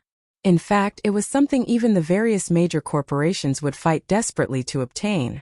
However, back then, Shi Feng could tell that those Tier 5 experts weren't risking their lives just to extend their lifespans. Instead, it was as if something in the upper zone was attracting experts of such caliber. Thus, many Tier 5 experts and even Tier 6 God-ranked experts in God's domain had abruptly gone missing, their fate unknown. One of the most well-known people among those who disappeared was Violet Cloud. As a Tier 6 cleric god, Violet Cloud had been in existence even the various super guilds had a headache dealing with. In the past, in order to enter the upper zone, Violet Cloud had agreed to the harsh conditions of a super guild. After completing these conditions, she had entered the upper zone. However, she had also disappeared from God's domain from then on. Hence, whether it was Kuruwei's warning or Mushin's reminder, Shi Feng still wished to take a look at what exactly the upper zone was. When Shi Feng arrived before the entrance of the dark passageway, there were already several dozen people lined up there. These people were equally split between genders, and none of them looked to be over 20 years old, with the youngest one looking to be only 16 years old. Meanwhile, despite the arrival of beauties like Mushin and Kuruwei, these people practically ignored the two. Instead, they all focused on Shi Feng, who was wearing casual sportswear. Another newcomer arrived. Judging by his appearance, he didn't come prepared at all. He's definitely another one of those despicable bastards that got in through connections. Shi, don't let him hear you. We can't afford to offend such people. When Shi Feng overheard the conversation of the teenage boys and girls with his sharp senses, he was rather baffled. Meanwhile, Kuruwei, who stood beside Shi Feng, nearly laughed at his situation but managed to restrain herself in the end. However, her lips still formed a shallow arc. You don't need to mind them, Mushin said to Shi Feng as she glanced at the teenagers. They're here to participate in the assessment for entering the upper zone. Assessment for entering the upper zone? Shi Feng was slightly surprised. This was his first time to hear of this. As far as he knew, the only reliable way for an outsider without connections to enter the upper zone was through recruitment by the Green God Company as a talent. Unlike what you would expect, the upper zone isn't limited to just people with authority, Mushin explained. The upper zone is also where the Green God Company nurtures its internal talents. These youngsters are all talents who have passed the Green God Company's preliminary tests. So long as they pass this assessment, they will also gain entry into the upper zone. However, this assessment is only available to talents under the age of 20. Talents past this age can only work outside. As for the assessment's content, it is simply to get through this passageway and enter the upper zone. Pass through this passageway? Shi Feng asked in confusion as he pointed at the dark tunnel ahead. That's right. This passage is nicknamed the mental path, and it tests and tempers a person's mental strength. The mental path is normally closed, so it doesn't have any significant effect on people. However, when the mental path is activated, only 3 to 5 people get through it every year. Very few among those who participate in the Green God Company's test actually pass it, Mushin said, nodding. However, so long as one passes the test, not only will they receive priority training from the Green God Company, but they will also receive a significant reward. Kuruwei nodded in agreement with Mushin's words. She then said pridefully to Shi Feng, I passed this mental path last year. Big Sis is even more of a genius, and she passed it at the age of 15. She caused quite a sensation in Yuantian City's upper zone back then. While Mushin was giving Shi Feng an explanation, a young man walked out of the passageway. This man wore a tight-fitting t-shirt that thoroughly revealed his skeletal structure and muscles. His physique was elegant and full of power like a cheetah's.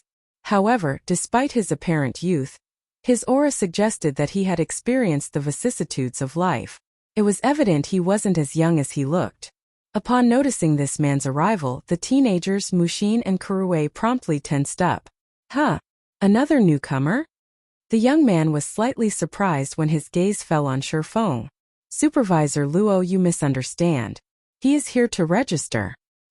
He's not an examinee, Mushin explained. Oh, so Hong Shinun gave his reserve slot to him? Suddenly, a trace of disgust flashed in the young man's eyes as he took a second glance at Shi Feng. What a lucky kid. However, the Green God Company is conducting an assessment today. If you want to enter, you'll have to go with these youngsters. I don't have the time to shut down the passageway again. Mushin frowned when she heard the young man's words. It was no secret that Luo Hanbing and Hong Xinyuan were rivals in the upper zone. However, she never thought that Luo Hanbing would use this opportunity to publicly retaliate against Hong Xinyuan. One needed to make an appointment to register with the upper zone. Normally, waiting several months for an appointment wouldn't be strange. This time, it was only thanks to Hong Xinyuan's connections that Shi Feng could get registered so soon. However, if he didn't register today, he would have to wait for several months for another opportunity to do so. Meanwhile, those unregistered with the upper zone wouldn't be able to live there. Supervisor Luo, he is someone with a reserve slot. He has the right to freely enter the upper zone. Mushin said in a low tone to express her dissatisfaction. I never said I was stopping him from entering. Luo Hanbing sneered. He can enter whenever he wants. If he can't enter now, he can just enter tomorrow. As soon as Luo Hanbing finished speaking, the teenage examinees nearby nodded in agreement. That's right. The passageway is always open. Since he already has identification in the upper zone, can't he enter whenever he wants? Supervisor Luo is right. If he can't enter now, he can just enter tomorrow. Why must he compete with newcomers like us? The teenage newcomers instinctively despised people who entered the upper zone through connections. After all, they had gone through great difficulties to reach this point. They even had to walk through the activated mental path to secure identification in the upper zone. In comparison, Shi Feng could obtain identification without having to do anything. He made their efforts look like a joke. Kuruwei also couldn't help glaring at the supervisor surnamed Luo. She then whispered to Mushin saying, "Big sis, why don't we come back at another date? That bastard clearly won't let us in today." As one of the upper zone's supervisors, Luo Hanbing wielded greater authority in the upper zone than Hong Xinyuan. Even if they reported this matter to their uncle, they wouldn't be able to do anything about this situation. After all, Luo Hanbing's actions were not completely unreasonable. "Alright, if you don't want to enter, don't get in the way," Luo Hanbing said impatiently. "The newcomer assessment this time is very important. If it gets delayed, even Hong Xinyuan won't be able to bear the consequences." However, just as Mushin wanted to say something, a voice suddenly entered everyone's ears. "Supervisor Luo, so we can enter right away?" The owner of this voice was none other than Shi Feng, who had remained silent all this time. "Shi Feng." Mushin stared at Shi Feng in stupefaction. She never thought Shi Feng would actually consider challenging the mental path. Let alone Mushin, even Luo Hanbing and the others were surprised. "Kid, it seems you're quite bold," Luo Hanbing said as he looked at Shi Feng. Chuckling, he continued, "Go on in then. However, let me give you a warning. You're not an examinee, so even if you lose consciousness inside, nobody will come to rescue you. If you stay inside for too long, it wouldn't be strange if you end up hospitalized for a few months. Don't mess around, Shi Feng. The mental path has a limit. It's several times more difficult for those over the age of 20. This is why the Green God Company has set the assessment's age limit at below 20 years old," Mushin said hurriedly. Not many people knew this, but the Green God Company had previously allowed people over 20 years old but under 25 years old to participate in the assessment as well. However, not a single person from this age group had managed to pass the assessment. As a result, the company limited the assessment to only people under the age of 20. Meanwhile, Luo Hanbing also knew this point, which was why he was certain they wouldn't be able to enter the upper zone today. "Relax. If it doesn't work out, I'll give up and come back immediately," Shi Feng assured, chuckling. Tests of mental strength were considered fortuitous opportunities in God's domain. After all, the promotion quest for Tier 4 and above set an incredibly high requirement for players' mental strength. Meanwhile, after Shi Feng's concentration had reached the Tier 4 standard, he had hit a bottleneck and failed to make further progress. With such an opportunity before him, he naturally had to give it a try. After saying so, Shi Feng walked straight into the dark tunnel, leaving behind Mushin, who remained in a daze. "Alright, you newcomers head in as well. Remember, you have only 1 hour." At Luo Hanbing's words, the newcomers promptly took deep breaths. Only after adjusting their mental state to its peak condition did they enter the passageway one after another. Read latest chapters at Wuxia World. Big sis, what should we do? Kuruwei was also at a loss in this situation.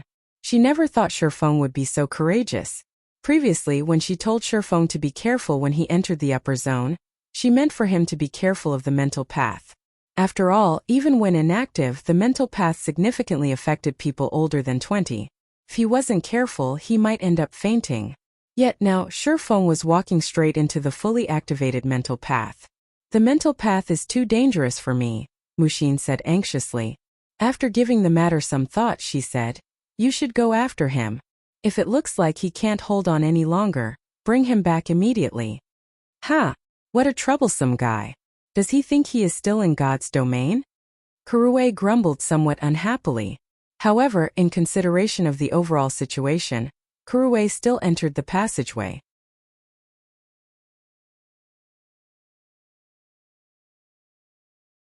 Chapter 2741 Steel Mind. Inside the dark passageway, Shi Feng walked for 5 minutes before he finally arrived at a brightly lit hall. The hall was the size of a basketball court and undecorated. The fluorescence from the walls brightly illuminated the entire hall. When walking into this hall, Shi Feng felt as if he had just entered a white space. Is that the mental path they were talking about? Shi Feng was slightly stunned when he saw the staircase leading downward at the other end of the hall. The reason for his surprise was the niggling feeling of familiarity this staircase gave him, yet he couldn't remember where he had seen it before. The staircase was made entirely of white, jade-like stones. It evoked a sense of sanctity and comfort that resembled the winter sun and the summer breeze. Moreover, this sensation grew increasingly stronger the closer he got to the staircase. He even had the urge to dash toward it. The moment Shi Feng set foot on the white staircase, an indescribable comfort spread throughout his body. For a moment, he felt as if he had been reborn. However, immediately afterward, he felt as if someone had just smashed a hammer straight into his brain. His thoughts became paralyzed momentarily, and he felt as if his soul was about to leave his body. He even staggered as he briefly lost control over his body. So, this is the mental path? After backing up into the hall, Shi Feng stared at the white staircase in disbelief. The strength of its mental assaults is even more frightening than Light-Forged City's divine statues. No wonder the Green God Company set the age limit to below 20. If the divine will of Light-Forged City's divine statues were equated to a storm that attacked one's whole body, then the white staircase's mental assault was a hammer that struck accurately and ruthlessly at the deepest part of one's brain. The penetrative power of the white staircase's mental assault was far above that of the divine will. During the time Shi Feng was marveling at the staircase's mental assault, the Green God Company's newcomers had entered the hall one after another. That person is still here as expected. Of course. Does he think the mental path is so easy to traverse? If it were that easy, there wouldn't only be 3 to 5 people gaining identification in the upper zone every year, but thousands instead. I wonder how far I can get this time? When the newcomers saw Shi Feng standing idly before the mental path, they didn't find his reaction surprising at all. When they first set foot on the white staircase, they too had been shocked by its power. Moreover, the staircase's mental assault truly hurt. It hurt so badly that they couldn't even scream. If possible, they wouldn't want to experience such a feeling a second time. However, someone among the new arrivals this time might actually make it through. A 19-year-old girl in white clothes said. Looking at the white staircase, she sighed ruefully and continued, in comparison, this is my last chance. If I don't get through this time, I can only mingle in the city. You're talking about that special enrollment, right? A long-haired girl of similar age said as she looked at a 17-year-old boy with short hair nearby. How frustrating. The company recruited him just a few months ago, yet he can already participate in the assessment. The company's executives have a high opinion of him. It really makes you wonder if his head is made of stone. He actually shows no reaction to the mental assaults. Who else? The white-shirt girl retorted. When she looked at the skinny, short-haired boy, indescribable envy filled her eyes. If I had half his talent, I might be able to pass the assessment this time. People like him are bound to become internal members of the company. His looks are fine too. Licking her lips, the long-haired girl said, I heard he still doesn't have a girlfriend. If we seize this opportunity, we might have a chance to enter the upper zone as well. As the two girls whispered to each other, the boy in question stepped onto the white staircase. The next moment, the boy descended the staircase one step after another at a uniform speed. From beginning to end, he showed no response to the staircase's mental assaults. It was as if the mental assaults didn't even exist. The boy's calm performance immediately took the breaths of the newcomers inside the hall. No way. He really isn't reacting at all. Is his brain made of metal? When the lanky youth remained unfazed even after descending over 100 meters, both the newcomers in the hall and Shi Feng couldn't help their surprise. With such a performance, his concentration standard should be at Tier 4 already. Shi Feng already had a clear grasp of the white staircase's mental assaults. If the mental assault he suffered were several times weaker, it would roughly match the divine statue's mental assault. However, the short-haired boy actually remained unfazed by such a mental assault. This showed that the mental assault's intensity was well within the limit of the boy's mental fortitude. Even Violet Cloud did not possess such frightening mental fortitude. Hehe. Shocked, right?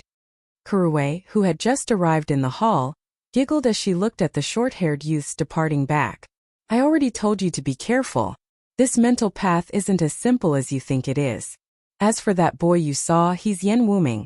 a peerless talent the Green God Company went to great lengths to discover.